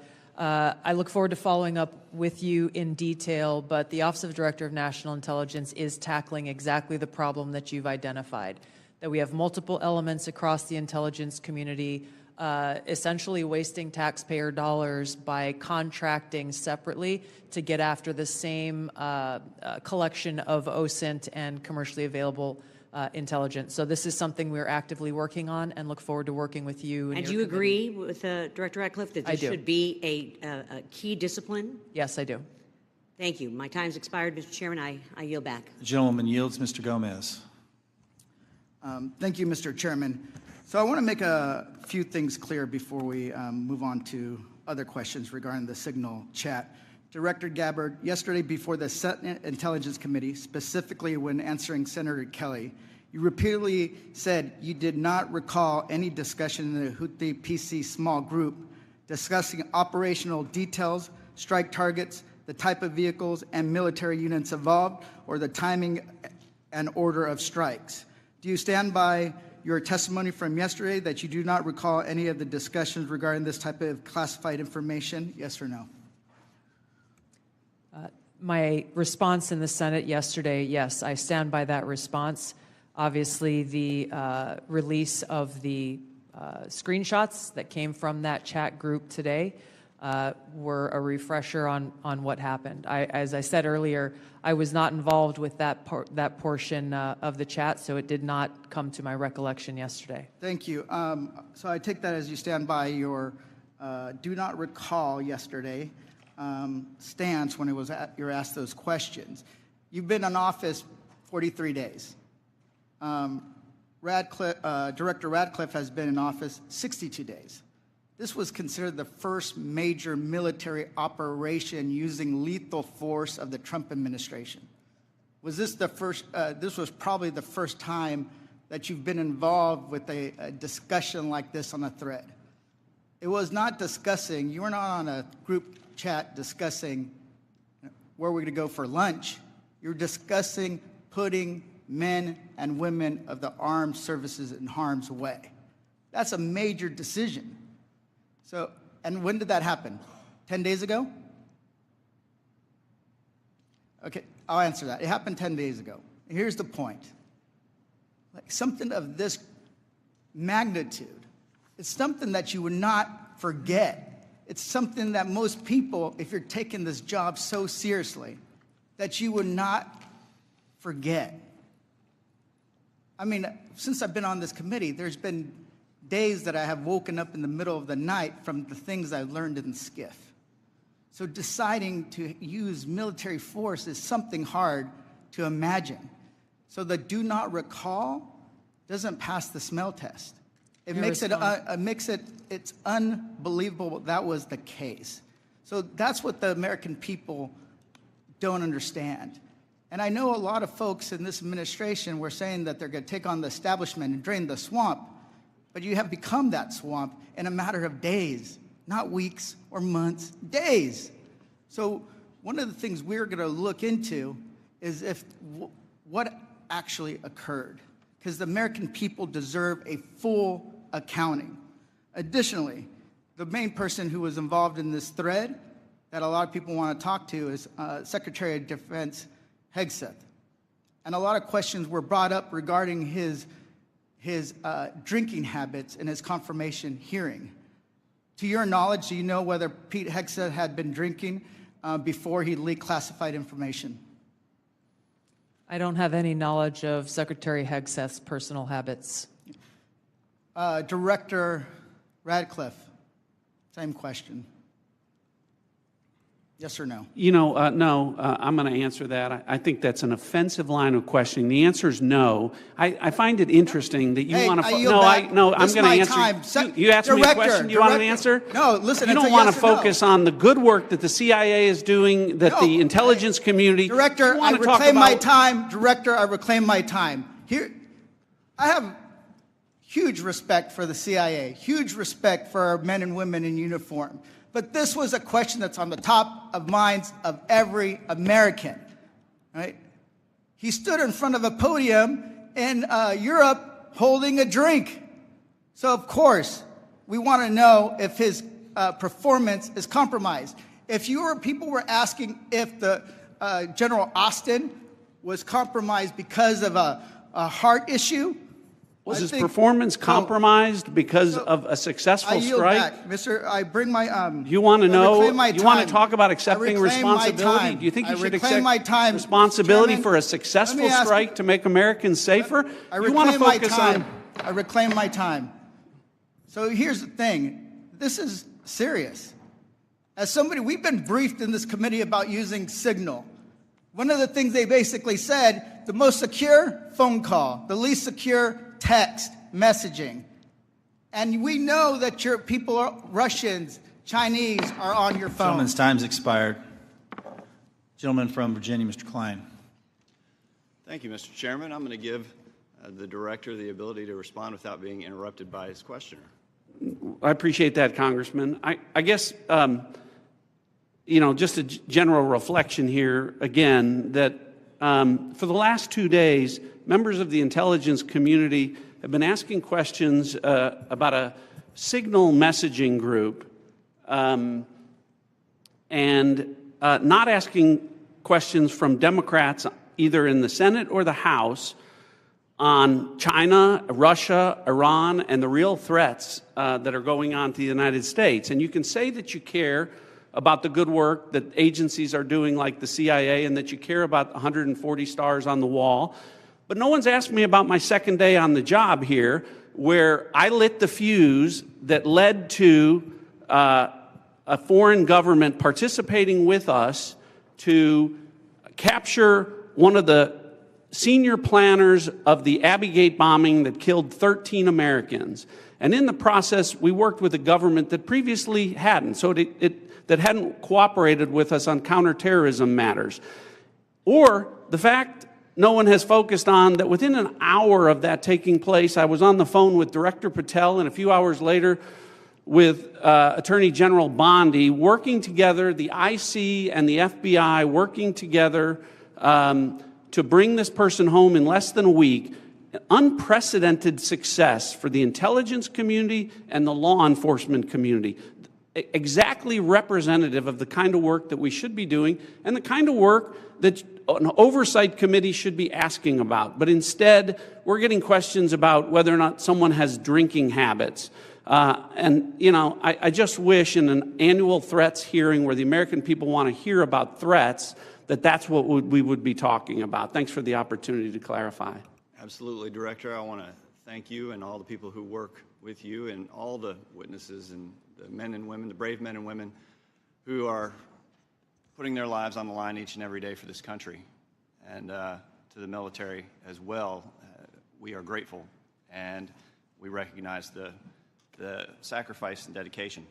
Director Ratcliffe, you talked about China being our top national security threat, and I want to go to what really is the most active and persistent threat. It's related to cyber. It's related to the People's Republic of China cyber activities, Volt Typhoon, Flax Typhoon, Salt Typhoon, targeting U.S. critical infrastructure, targeting critical infrastructure overseas, compromising U.S. telecommunication companies, and I want to ask Director Gabbard, there are also regular compromises of government networks in the defense intelligence base. The Chinese are acting with impunity and targeting the United States. Clearly, the last administration had no effective deterrent strategy. Considering a whole-of-government approach to leverage legal export control, trade, and other levers, is there more that the U.S. can be doing to deter China's cyber aggression? Thank you, Congressman, for your question. In short, the answer is yes. Much of that relies on our intergovernmental planning and operations, but also very closely integrating with our private sector partners. This is essential for us to be able to harden our own cyber infrastructure, our own critical infrastructure, and to look at what our capabilities, both defensive and offensive, are and how those should be used. If I may, Congressman, I'd just like to address Congressman Gomez's maligning of my reputation and not giving me the opportunity even to respond to his accusations. What occurred in that Signal chat was an update to National Security Cabinet members that was also issued around the same time as updates to our foreign partners and allies in the region. There were no sources, methods, locations, or names of targets that were included in that chat. The decision to conduct this operation had been made long before that conversation took place. I do take my responsibility very seriously and played an integral role in providing the intelligence community's assessments that led to the ultimate decision by the President to conduct an operation, which, by the way, was very successful and continues to be very successful. I was traveling at the time, and I was not playing a very specific role, as these chats reflect, in much of the conversation that took place there. Secretary Hegseth, in my experience, has continued to operate in the way that President Trump's confidence in him inspires, which is in the best interests of the American people and our war fighters and ensuring our national security. I think it's wrong to impugn him, especially at a point where he is not here to defend his own honor. Thank you, Congressman. I agree with your assessment and support for the Secretary, and I yield back. Gentleman yields. Ms. Houlihan. Thank you for the time. And I struggle, and if you look at my notes, I've changed my mind about 1,000,000 times what I'd like to talk about. I'd like to first start with Director Radcliffe. I find it offensive for you to accuse me as a Democrat of not caring about national threats. I very much wanted to talk about those. In fact, had prepared questions in advance of this hearing about those threats, specifically about biosecurity and bioterrorism. But I don't have time to ask those questions because the threat is in the House. The threat is across the dais, and I need to ask these questions. It's my job to ask these questions of you. Because when I served in the military and I served in classified environments, had this happened to me, I would have walked my resignation in immediately. This is not okay. Communicating these sorts of things in Signal is not okay. Targets, times, those kinds of things are absolutely classified, and we all know it. I know it. These people know it. You all know it. And the fact that we're having to have these conversations now means that I can't ask the questions that I need to ask about things like bioterrorism and biosecurity. And so I'd like to put you in check as well, sir, because you can't assume who I am any more than I can assume who you are, sir. I would like to move my questions, however, over to Director Gabbard, because you are the DNI. You do have an obligation and a responsibility.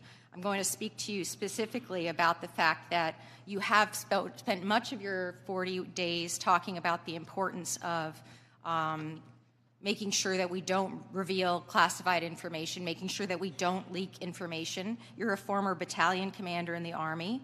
I don't think that you would have necessarily appreciated the kind of leaking of information that I believe absolutely did happen in this Signal channel and is worthy of a further investigation. In fact, this committee established something called 50 U.S.C. 3235A, and this committee, on a bipartisan, apartisan basis, requires you, the DNI, to swiftly notify Congress and the Intelligence Committee if you're aware of any sort of significant unauthorized disclosure or compromise of classified information, which I would argue this has all of the markings of being that. And so if you, as the DNI, see such a thing anywhere within your organization's purview, you have the obligation to begin an investigation to report back to us on that. Would this seem to qualify to you as something worthy of that investigation?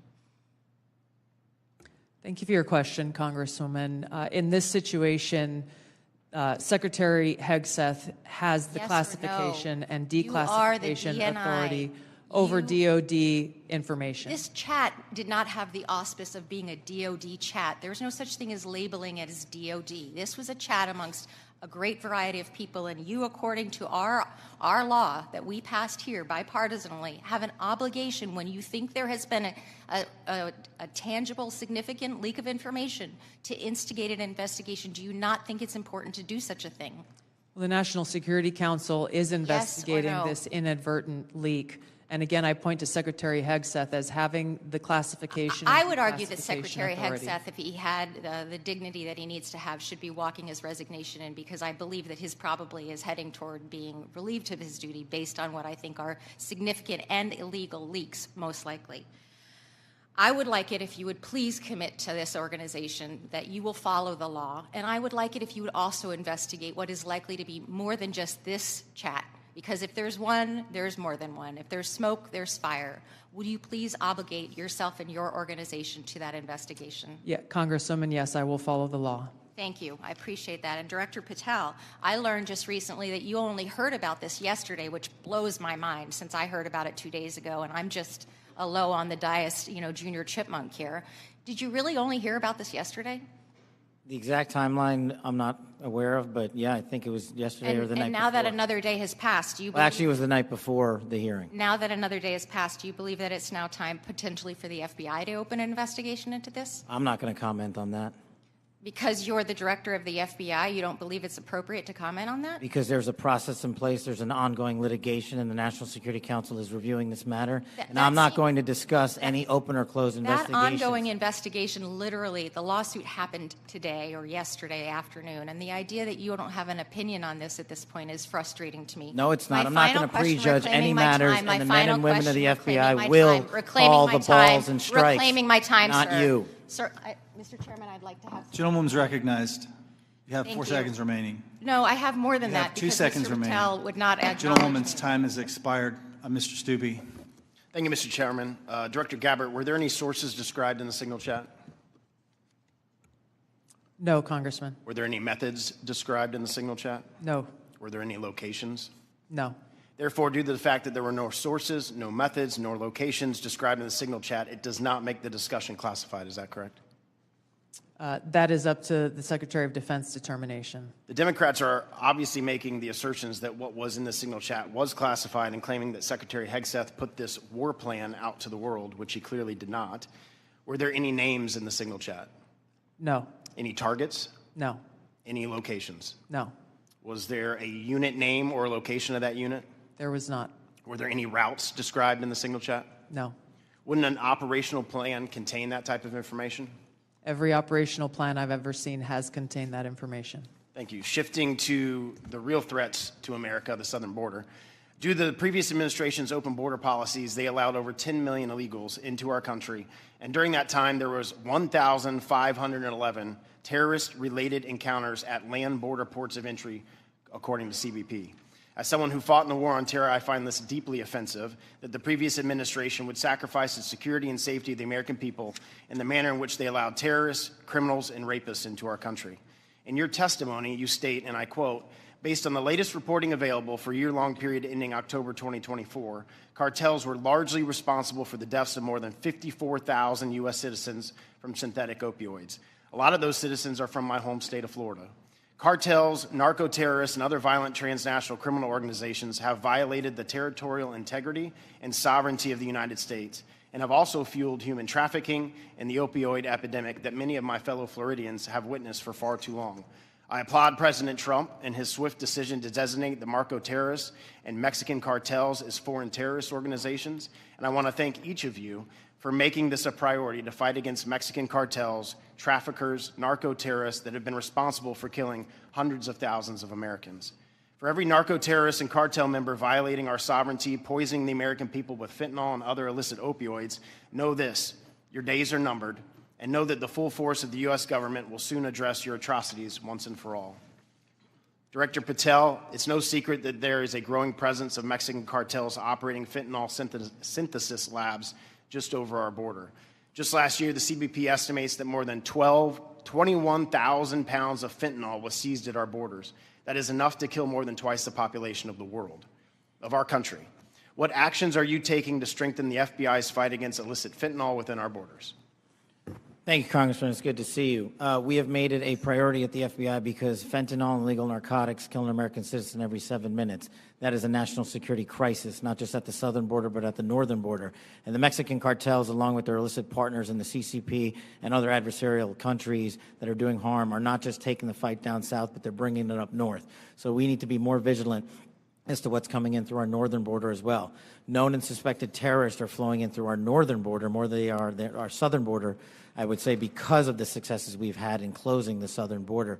But when it comes to specifically to fentanyl, we are making, to date, since January 20th, 383 kilograms of seizures of illegal fentanyl, which is enough to kill 29 million Americans. And other than enhancing border security measures, what would be the most worthwhile action the United States could take to eliminate the cartels and stop the flow of illicit fentanyl? I got one answer for you. They're making the precursors in mainland China, and we don't have the authorities to go after that fight there, and we need to take it head on. Because without the chemicals and precursors, there is no fentanyl, and they are moving that material around the world and into the United States too freely. Director Gabbard, I'd like to reemphasize the threat that our adversaries are exploiting via fentanyl and other illicit drugs that are entering our country through the border and poisoning millions of Americans nationwide. It's essential that all components of our national security apparatus are united in their efforts to protect the American people and our communities from such harm. Is there any reason to believe that the Mexican government isn't doing enough to finally eradicate the cartels and other transnational criminal organizations operating just over the border? Congressman, I can only speak from my vantage point. As was stated previously by Director Ratcliffe, we have already been introduced to and begun collaborating with our counterparts in the Mexican government. Could there be more done? I would say absolutely yes. I know that the Trump administration across his cabinet are looking at opportunities to be able to do that. And Director Patel just hit on this with CCP and precursors, but to what extent have we seen other malicious actors worldwide partner with the cartels to infiltrate and target the United States? Related to the production of fentanyl. Yes, ma'am. India is one of those countries that is providing some of those precursor materials as well as equipment. Thank you for being here today. My time's expired. Gentleman yields. Mr. Quigley. Thank you, Mr. Chairman. And I know it's all us who are worried about this only, but apparently the Senate Armed Services Committee Chair and Ranking Member requested Inspector General report on this chat. So I'll tell you why more people are worried about this than you might think, and that's Director Gabbard, your position was created post 9/11 because of the horrible intel failure that took place there, where we weren't sharing information. It wasn't adequately shared within the community and between our allies. We have to believe that our allies look at this as a colossal mistake and will at least hesitate to a certain extent, wanting to share sensitive information with us that keeps us safe because they're worried about their sources and methods as well. Wouldn't you be at least somewhat concerned that our allies would look at this and say, that wasn't the perfect way to communicate? Congressman, thank you for the question. If that information that was put out in the chat by the Secretary of Defense had included specific sources and methods and targets and names, then the answer would be yes, but that was not the case. Let me stop you there because we have such a limited time. Generals, look, you're here because you got tough spots, so I have to put you on the spots. You're passing information like this just within your agency, and you know that it's going to include We are go for mission launch. Houthis, sea lanes, the information about the weapon systems, that gets to the Houthi military commanders. Doesn't it make you think they're at least going to say duck? Thank you for the opportunity to weigh in on the issue. Yes, if we were collecting this on our adversaries and we're able to get this information, as was asked of General Hawk earlier, we would consider that classified, but it's classified under the collection piece. The data that we're talking about here is the operational data, not the intelligence data. Respectfully, sir, just because we have limited time. Secretaries. The Houthis' military leader is going to duck when he hears this, or he's going to take some action, or he's going to try to shoot our planes down, right? If he has actionable intelligence, he will certainly use it. I'm talking about this intelligence. You don't think he can figure out? Houthis is mentioned a couple times, sea lanes. They show the weapon system. At least it's a credible warning to him. I would offer the Houthis' defensive position has been constant since the 15th of March. All right. General, I'll just take a whack at it. You're the Houthis' military leader. You get this information passed on to you. It doesn't make you at least take warning? I would, Congressman, I think from the Houthis' perspective, they do have air defense equipment, and they would be able to detect aircraft when they're entered into the Red Sea, and certainly when we have our intelligence aircraft operating over top their country. They'd be able to detect that activity. But being forewarned is extraordinarily important. I'll take another stab at it. If just language like this in a different context, okay? But just within your department, sir, your people are passing this information. Do you advise them maybe they don't use Signal on this? Are there other forms? Obviously, they're going to be more secure.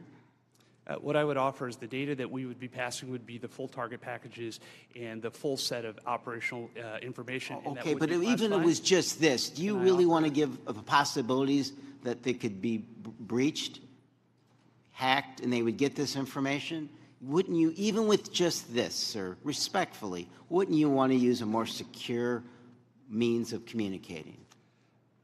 I think what I would offer are two things, and hopefully they're helpful to you. One of them would be, in addition to that full package that we would talk about, when the Secretary extracted individual details from that and provided those on Signal, whether individually or in aggregate, that is his decision of what is classified and what is not from an operational aspect. And that's probably the most important relevant piece to there, and I would echo what we've said before. It's the Secretary's authority for the just give me, there's more secure ways of communicating any of this, right? There are, and our adversaries have General, there are, right? To intercept. There's much more secure means that you use, even if you don't think that this is, or you don't want to stick your head out on it. What I would say is the full packages were transmitted within classified, within traditional classified. But this could have been transmitted in a classified way as well. Thank you. Gentleman's time has expired. The gentleman from Arkansas, the distinguished chair of the Financial Services Committee, Mr. Hill, is recognized. Thank you, Mr. Chairman. And let me say, Director Gabbard and Director Radcliffe, it's so great to have you back in the Longworth House Office building. The food's the same, but you're welcome anytime. Director Radcliffe, you know, we've served for 10 years together. I'm certainly aware of your extraordinary service at the DNI and here in Congress. And I just have a couple of follow-up questions on this topic of the Signal chat. Were there any war plans distributed in that Signal chat? No, Congressman.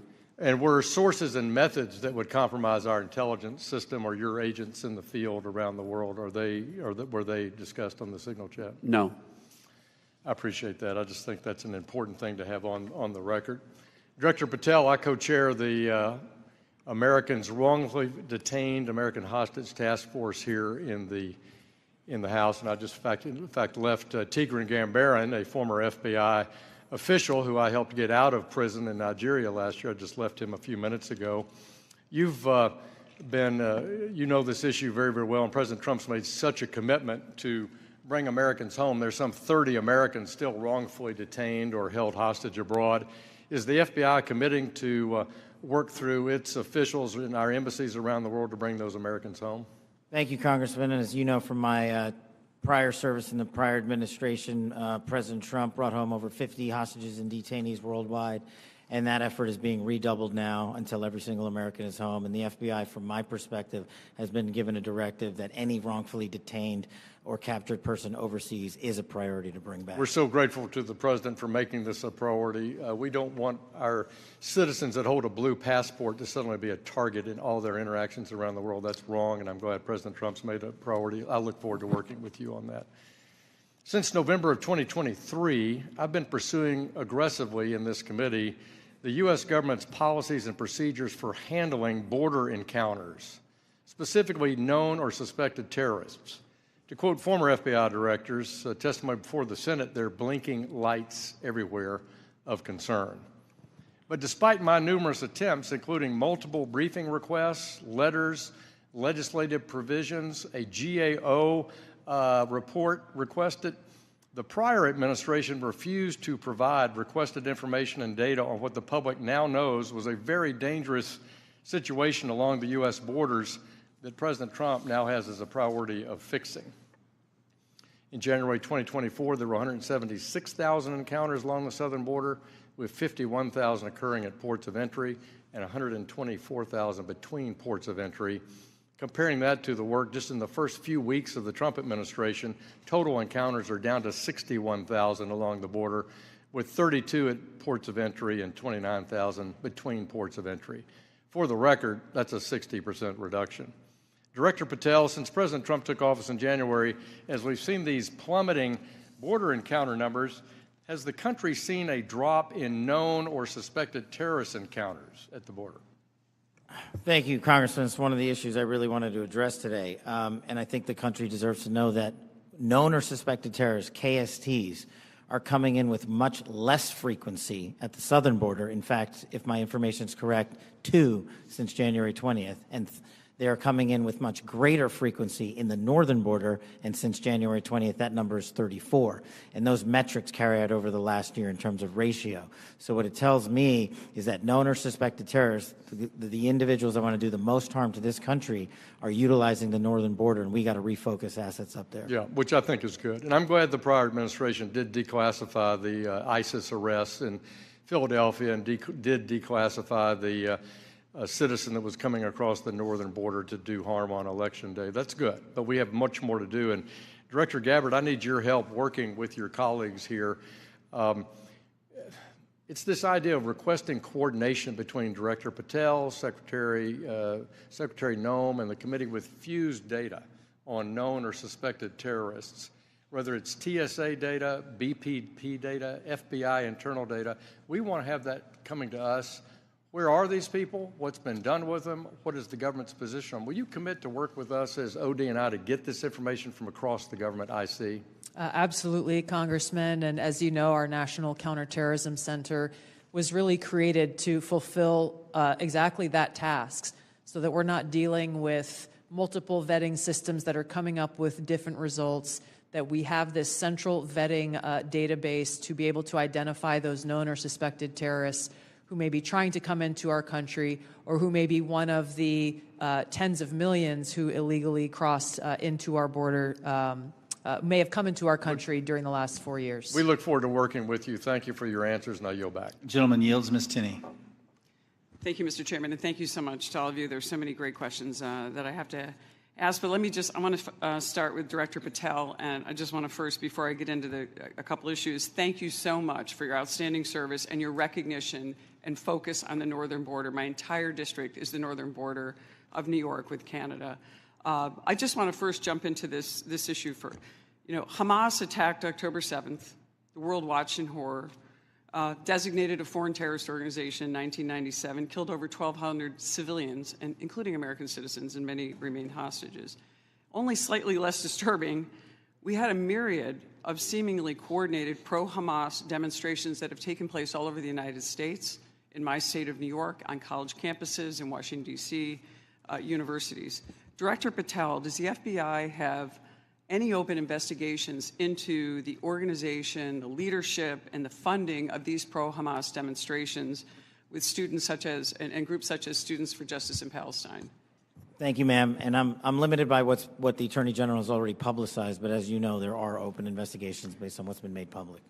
Okay. Has the FBI uncovered any evidence of foreign support for these Hamas demonstrations, including other than Iran? Any of these groups I might mention, like Students for Justice in Palestine, anything that's open source that we can talk about? That's still ongoing. Thank you. Director Gabbard, thank you so much for your service. It was great to serve with you in Congress as well and work so much on wonderful veterans issues. My son's also a Marine major, and so we appreciate the service of everybody here. Let's keep in mind, obviously we're in open session. Do you have anything or ongoing intelligence to suggest there's foreign support from governments, non-government groups, and individuals that have helped these pro-Hamas demonstrations all across America, including on university campuses? Congresswoman, there are some assessments that reflect that, and we can talk about that in the closed session. Great, thank you so much. And now I want to get back to Kash, Director. Great work on the northern border. I'm one of the co-founders of the Northern Border Security Caucus, and your information has been tremendous. Once I got the district that I represent now, this sprawling, long district, the entire northern border is Canada. And as you say, 358 suspects on the terror watch list. Almost 90% of the suspects on the terror watch list are coming across our northern border. I'd love to talk to you. What is the FBI doing specifically dealing with this northern border?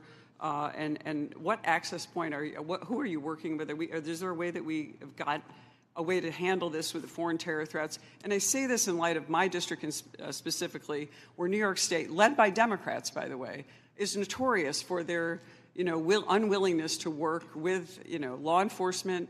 Under Governor Cuomo, we cut off the ability. I know Congressman Quigley talked about working together after 9/11. The state hit hardest by 9/11. And Governor Cuomo put in a law that prohibited law enforcement from working together in 2019. What are we doing so we can work with New York, the government and others, to make sure that this doesn't happen across our New York northern border? Well, one, and this is out of my lane, but what we need to be doing is working with the Canadian government because they sit on top of our northern border. We do have the problem of tyranny of distance and sheer geography as compared to the southern border, but when we were told that the Mexican government would not work with us, we overcame that hurdle, and we've seen the immediate results, as I highlighted to your colleague, about northern border contacts with KSTs versus the southern border. The other thing we can be doing is working across every northern border state who has a geographic border with Canada and their local and state affiliates, which we are doing at the FBI. But it is such a vast enterprise that we would need a huge increase in resources to cover down on that the way we do in Mexico. In addition, thank you for that. In addition with working with the Canadians, are you also working with the New York State government? Because we do have a number of interesting assets, a sprawling Akwesasne Mohawk Reservation that kind of goes across the northern border with New York and Canada. Are those types of things ways that you can work with the New York government and also in coordination with the Canadian Royal Police? Absolutely, ma'am, and you highlight a great point.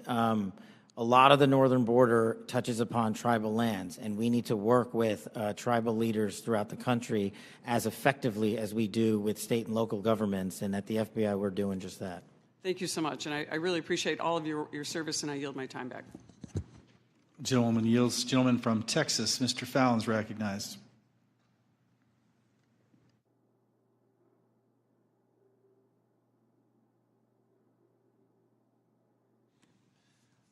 Thank you, Mr. Chairman. I appreciate it. Director Patel, many of us had grown, increasingly alarmed at the sheer number of foreign nationals we're seeing caught spying on our critical infrastructure or, near sensitive sites in the country. One example is a Chinese national who was flying a drone, allegedly flying a drone over Vandenberg and taking pictures of the base. He was arrested in the San Francisco airport not that long after. Director Patel, would you agree that the two most dangerous nation states to our homeland and our interests are China and Russia? Yes, Congressman. So it would stand to reason that we should pay particular attention when foreign nationals from these two countries, who we've already established are the greatest threats to our country now and in the future, when they try to sneak into our country illegally. Absolutely, sir. Can you speak on the illegal migration we see from Russia and China and the differences that we saw from the first Trump administration to the Biden administration? Well, one, the problem you have when you have an effective resolution to that set of issues is that the enemy adapts.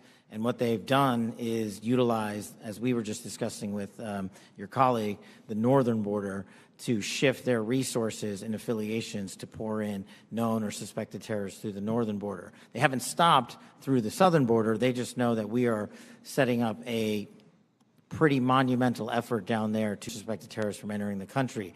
But the thing is, the Chinese, the Russians, Iranians suspected terrorists from entering the country. But the thing is, the Chinese, the Russians, Iranians, and other adversaries are utilizing their partners, just like they are doing in terms of how they move illicit fentanyl precursors into this country. They're moving humans in the same fashion, and we need to treat it as such. Did you see an increase from the first Trump administration to the Biden administration on Russian and Chinese nationals crossing the border? Did it increase or decrease?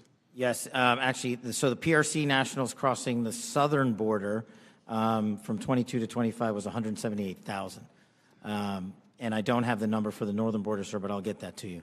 So, what we found was that there was actually a market increase, alarming, with the Chinese illegal migration increasing 527% all in, and Russian 2,400%. And if just 1/10 of 1%, some tiny fraction, 1/10 of 1% are actually asset sleeper agents loyal to Moscow or Beijing, they could wreak havoc and mayhem in a free and open society. It's very dangerous. And then those are the ones we know about.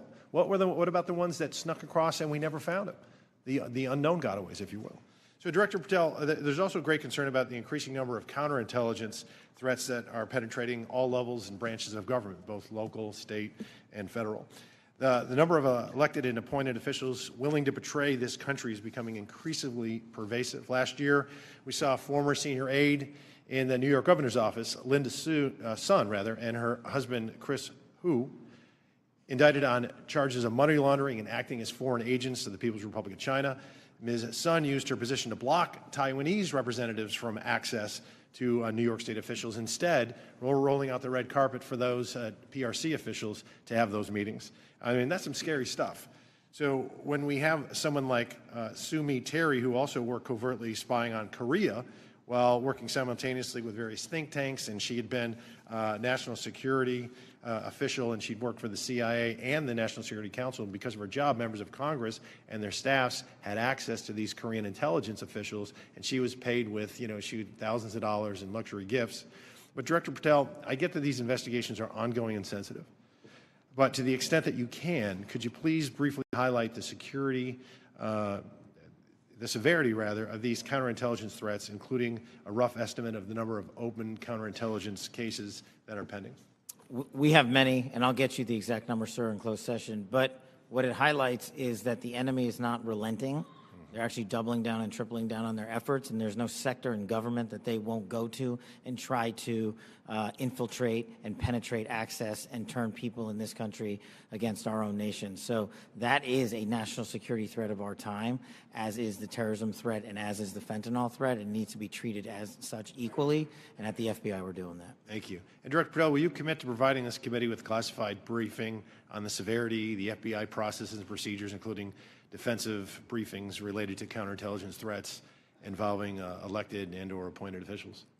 For defensive briefings, Congressman, I commit to you that the FBI will give you everything we have in our holdings. I can't comment on other people's. Thank you. And Mr. Chairman, I want to thank all the witnesses for being here, particularly Mr. John Ratcliffe, Congressional District 4 as well.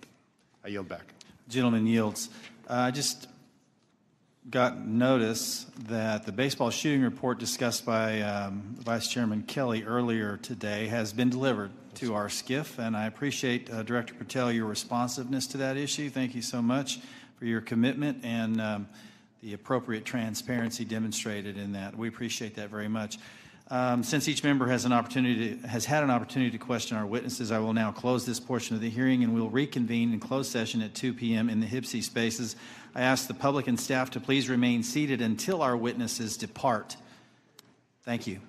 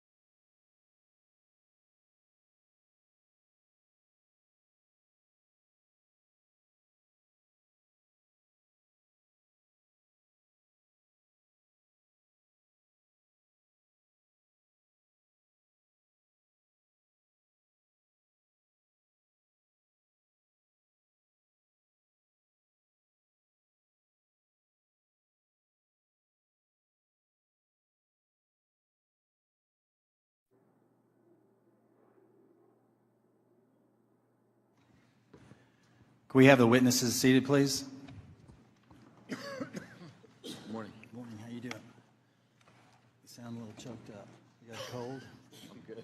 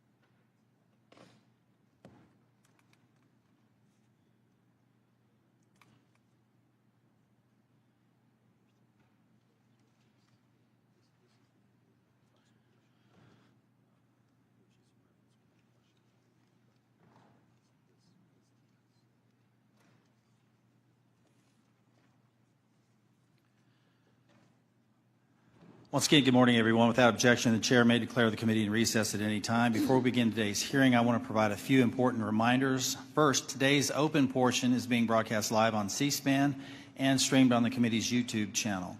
This open portion of the hearing will be conducted entirely on an unclassified basis. All participants are reminded to refrain from discussing classified or other sensitive information protected from public disclosure. I will adjourn this open session following completion of one round of questions, and we will then move into a closed session where such questions can be asked. Second, I want to inform the audience that while I fully support constitutionally protected free speech and the right to assemble, this is not the time or place. Any would-be disruptors in the audience who interfere with the committee's business will not be tolerated. For this event, members will have 5 minutes with witnesses. I would ask each of my colleagues to keep both your questions and complete answers from the witnesses within those allotted 5 minutes. Any last questions that can't be answered in time will be submitted for the record. In the same manner in which the House Permanent Select Committee on Intelligence has conducted itself in recent worldwide threats hearings, I expect that we will continue to act in a bipartisan and respectful manner during today's event. I'm confident all members can treat each of our witnesses today with due respect, consistent with past practice. This worldwide threats hearing provides the American people the opportunity to hear directly from our intelligence community leadership on the threats that face our nation. It's my pleasure to welcome our witnesses to today's hearing. Director of National Intelligence, the Honorable Tulsi Gabbard. Director of Central Intelligence Agency, the Honorable John Ratcliffe. Director of the Federal Bureau of Investigation, the Honorable Kash Patel. Director of National Security Agency, General Tim Hawk. Director of Defense Intelligence Agency, Lieutenant General Jeffrey Cruz. Thank you all for being here. First, I want to address an issue that was made public earlier this week regarding a group text message exchange that included several members of President Trump's national security leadership team and a journalist. Yesterday, our colleagues on the Senate Select Committee on Intelligence held their hearing on the annual threat assessment, and unfortunately, instead of exploring the real and existential threats that face our nation, which is the purpose of this hearing, this issue consumed most of their time. While I will address this topic further in my questions, it's my sincere hope that we use this hearing to discuss the many foreign threats facing our nation. I have deep concerns about the state of our national security. The war between Russia and Ukraine has just surpassed 3 years, and now includes North Korean troops on the battlefield. It remains the world's largest state sponsor of terrorism, supporting terrorist organizations throughout the Middle East like Hezbollah and Hamas, fueling the latter's war with Israel and Gaza. The threat of the Chinese Communist Party, or CCP, has metastasized worldwide, expanding a robust military and espionage capability well beyond the Pacific, including here within the Western Hemisphere. The CCP's aggressiveness in operations below the level of armed conflict continues to grow. For example, they have sponsored cyber attacks against the United States critical infrastructure and even recruited a New York State governor's office employee into being an undisclosed agent of the CCP. And after 4 years of a catastrophic open border policy and limited and in many cases no vetting, we have seen an explosion of illegal migrants crossing our border since 2021. In fiscal year 2024, 516 were identified to be known or suspected terrorists, 106 of whom tried to sneak into our country between ports of entry. And these are just the ones we caught of the nearly 3 million encounters recorded by Customs and Border Protection. We've also seen an ISIS-affiliated human smuggling network bringing more than 400 migrants into the United States. And this occurs through networks associated with cartels and gangs from Sinaloa to CJ&G, who present an unacceptable risk to the security of the American people. In the midst of such threats, many have understandably lost trust in the intelligence community. One reason I'm particularly concerned about is the pattern of lapses I've seen in analytic integrity and objectivity in some of the assessments provided by the IC in the last few years. From President Trump-Russia collusion fiasco to the origins of the COVID-19 pandemic to anomalous health incidents, there have been numerous instances of the IC suppressing certain reporting, using substandard reporting to support a pre-decided thesis, and failure or refusal to consider plausible alternative analyses. That, combined with many other examples of weaponized government, results in a situation where the United States is facing very real threats, while many of our citizens lack trust in those they empower to inform on or counter these threats. Look, I've been honored to serve our country for many years now, first as an explosive ordnance disposal technician in the Army, now as a representative for the 1st District of Arkansas and chairman of this committee. In my time here, I've traveled the world and met with countless IC employees, from everyday Americans doing challenging and often dangerous work of intelligence to agencies directors like yourselves. The vast majority of those people are honest, hardworking, patriotic Americans that silently and without accolades do difficult jobs, often in austere places, sacrificing time with their families and in some cases putting themselves in danger, all in order to serve the United States. These silent warriors deserve our gratitude and our respect. They do not deserve to have their reputations besmirched by poor leadership. Unfortunately, in recent years, we've seen instances of politicized, self-serving, dishonest leaders sustaining the reputation of our institutions and patriots by abusing the powers and sacred trust given to them by the American people. We have some real work to do. You in your roles as leaders of prestigious organizations and us as members of this committee charged with conducting honest and rigorous oversight must ensure that our institutions work for the American people. Those that don't uphold the stringent standards of integrity that the American people expect and deserve must be held accountable. In the instances where trust is breached, those involved must be held accountable. This will help rebuild the trust between the American people and those that serve them in the intelligence community. Today, we need you to be candid about the threats facing the United States.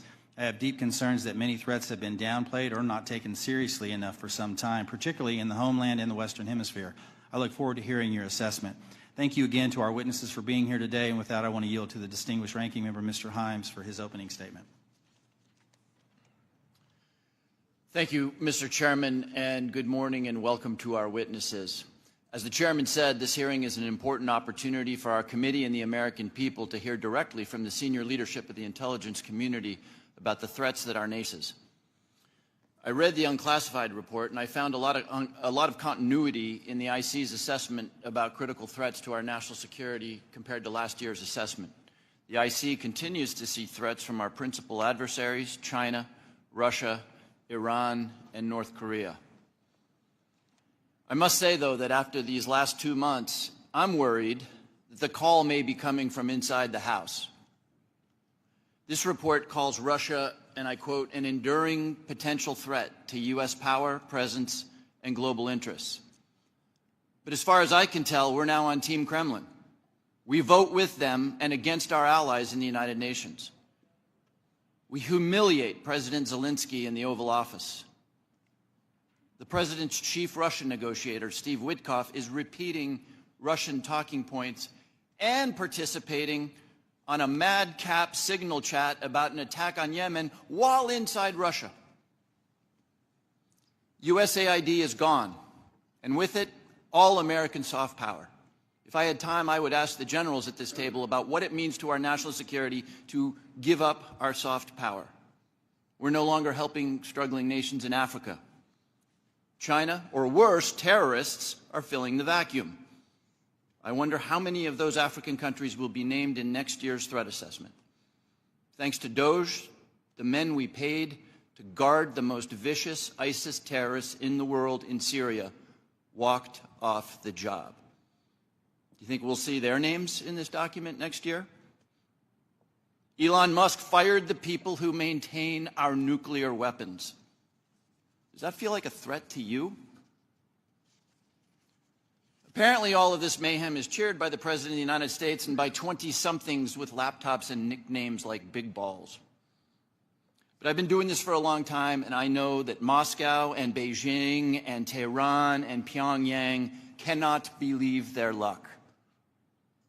Now we come to learn that people in the most dangerous and sensitive jobs on the planet put extremely specific pre-decisional discussions about a military attack on signal, which could be intercepted by the Russians and the Chinese.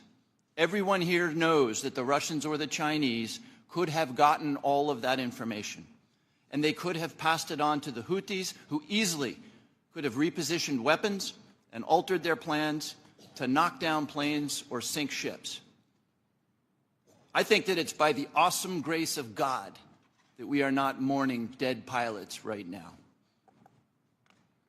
The two general officers sitting at the table and the people who work for all of you know that if they had set up and participated in the signal chat, they would be gone. And they know that there's only one response to a mistake of this magnitude. You apologize, you own it, and you stop everything until you can figure out what went wrong and how it might not ever happen again. But that's not what happened. The Secretary of Defense responded with a brutal attack on the reporter who did not ask to be on the signal chain. Yesterday, our former colleague Mike Waltz did the same in the White House and then went on Fox to call Jeff Goldberg a loser. What do you think the people who work for you are seeing and learning from that? Now, except for that last part, almost all of the mayhem slowly eroding our safety, our standing, and our security in the world has largely happened outside the IC. If you had a part in that, and I suspect you did, I thank you. I'll say it now and I'll say it again every time we see each other over the next couple of years. You must protect the thousands of patriots who go to work every day under you to keep us safe. You need to go to work every day thinking about their morale, their well-being, and their protection. I've done intelligence oversight for more than a decade. It's my job to ask you the tough questions and maybe even make you uncomfortable. But John, I don't ever walk through your lobby and look at those 140 stars on the wall without choking up over the fact that men and women far better than I will give their lives to keep us safe. There's about a dozen people in this room who know all their stories, and you know and I know that many of the men and women who have stars on that wall died because of bad decisions or poor judgment by their leaders. We've all worked together before, and recent events notwithstanding, we need you to succeed. Your people and our safety requires you to succeed. I really hope you do. But let me say now that if some overcaffeinated 20-year-old succeeds in firing your linguists, or your mathematicians, or your paramilitary officers, if you shut down some unit because Steve Bannon or Seb Gorka doesn't like it, America will be less safe, and people will get hurt. And I and this committee and history will be very unkind.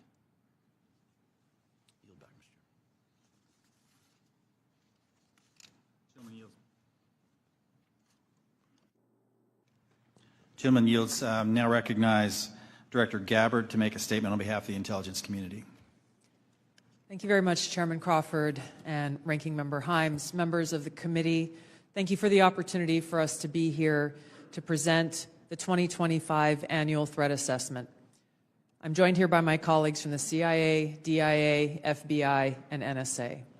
Our testimony today offers the collective assessment of the 18 U.S. intelligence elements making up the U.S. intelligence community and draws on the intelligence collection and information available to the IC from open source and private sector and the expertise of our analysts. It evaluates what the IC assesses most threatens our people and our nation's ability to live in a peaceful, free, secure, and prosperous society. As you know very well, we face an increasingly complex threat environment that is threatening us here at home and our interests abroad. I'll begin by focusing on what most immediately and directly threatens the United States and the well-being of the American people: the non-state criminal groups and terrorists putting American lives and livelihood at risk. I'll then move on to focus on the key nation states who have the capability to threaten our security and the interests of the United States. Cartels, gangs, and other transnational criminal organizations in our part of the world are engaging in a wide array of illicit activity, from narcotics trafficking to money laundering, to smuggling of illegal immigrants and human trafficking, which endanger the health, welfare, and safety of everyday Americans. Based on our latest reporting available for the year-long period ending October 2024, cartels were largely responsible for the deaths of more than 54,000 American citizens due to synthetic opioids. Mexico-based transnational criminal organizations are the main suppliers of illicit fentanyl to the U.S. market and are quickly adapting to enforcement and regulatory pressures by using multiple sources and methods to procure precursor chemicals and equipment, primarily from China and India, many of which are dual-use chemicals used in legitimate industries. Independent fentanyl producers are also increasingly fragmenting the drug trade in Mexico. The ready availability of precursor chemicals and ease of making illicit fentanyl have enabled independent actors to increase illicit fentanyl production and smuggling operations in Mexico.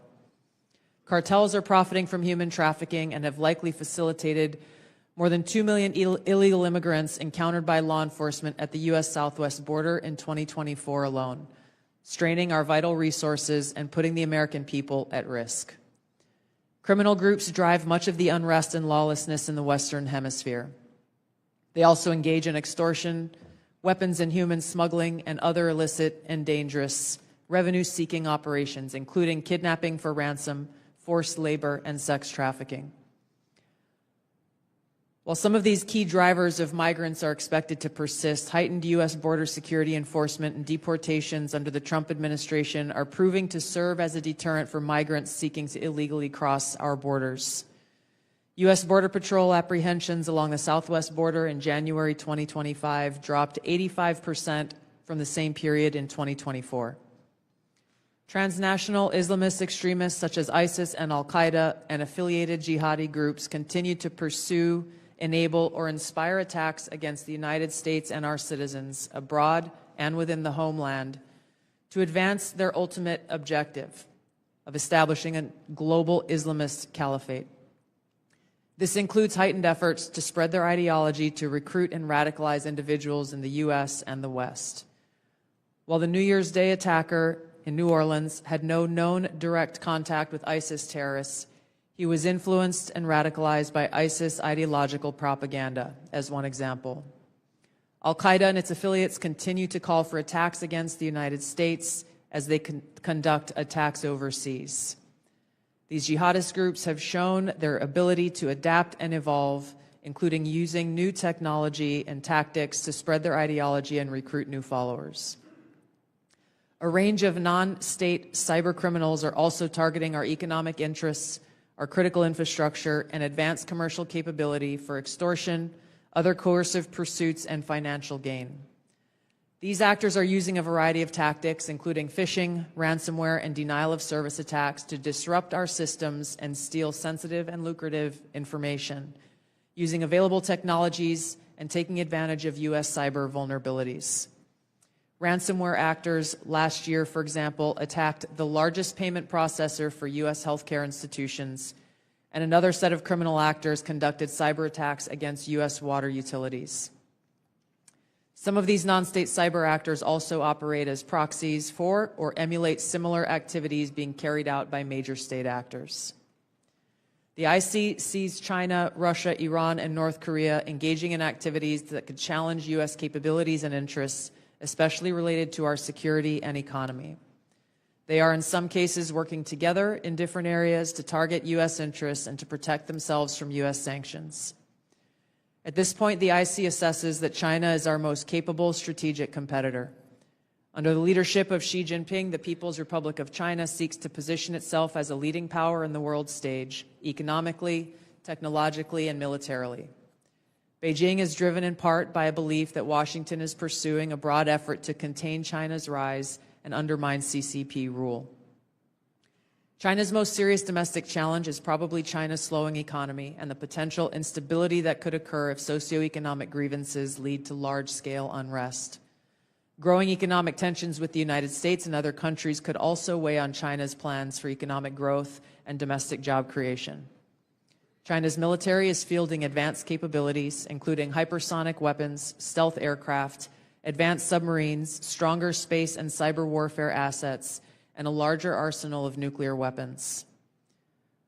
While it appears they would like to develop and maintain positive ties with the United States and the Trump administration to advance its own interests and avoid conflict, China is building its military capability in part to gain an advantage in the event of a military conflict with the United States around the issue of China's efforts towards unification with the Republic of China, or Taiwan.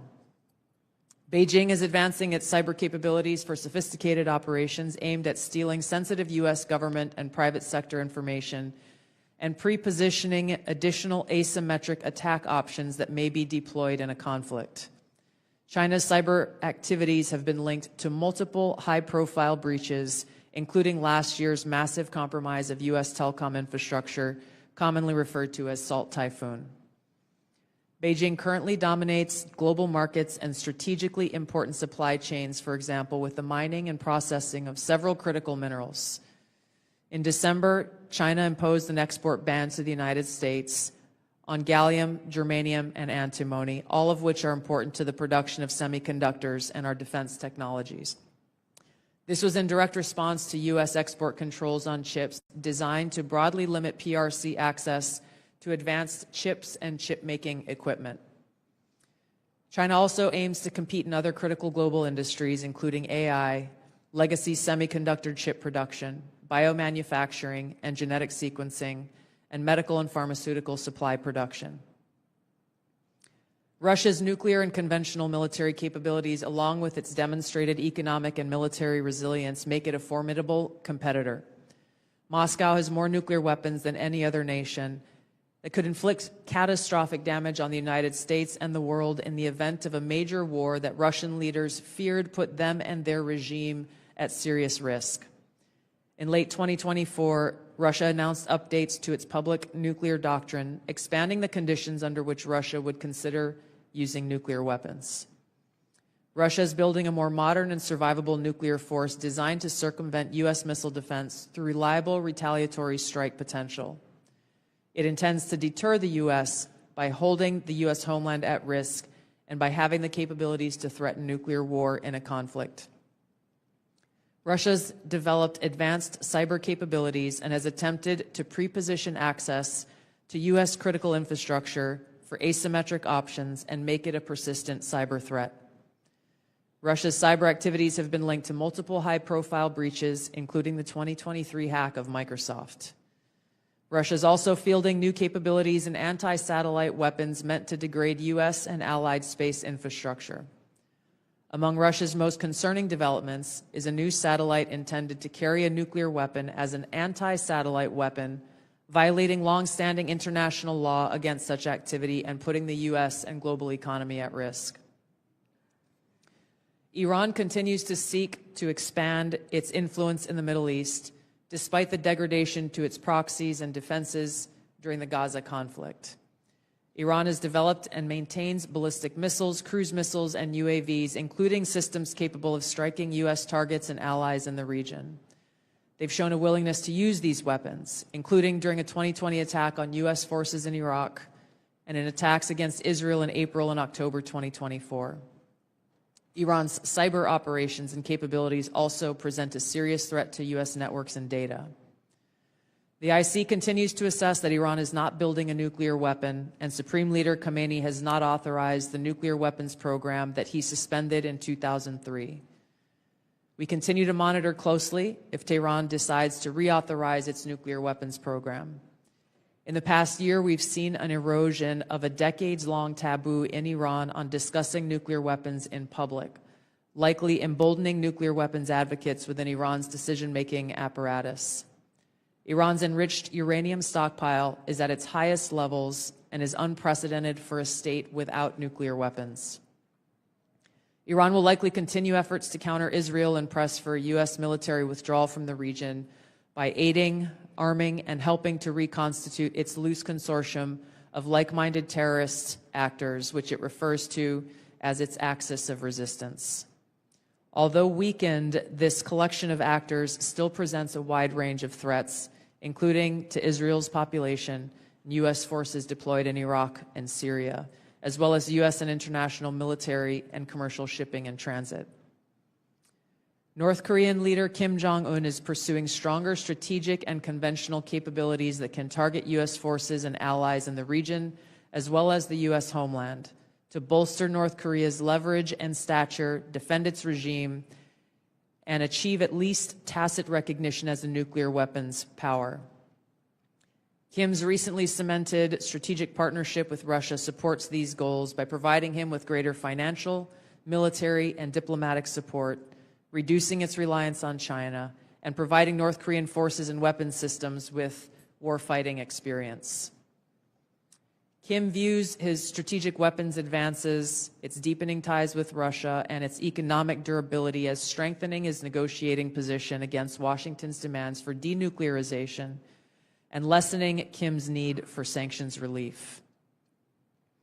Since 2022, China, Russia, Iran, and North Korea have grown closer.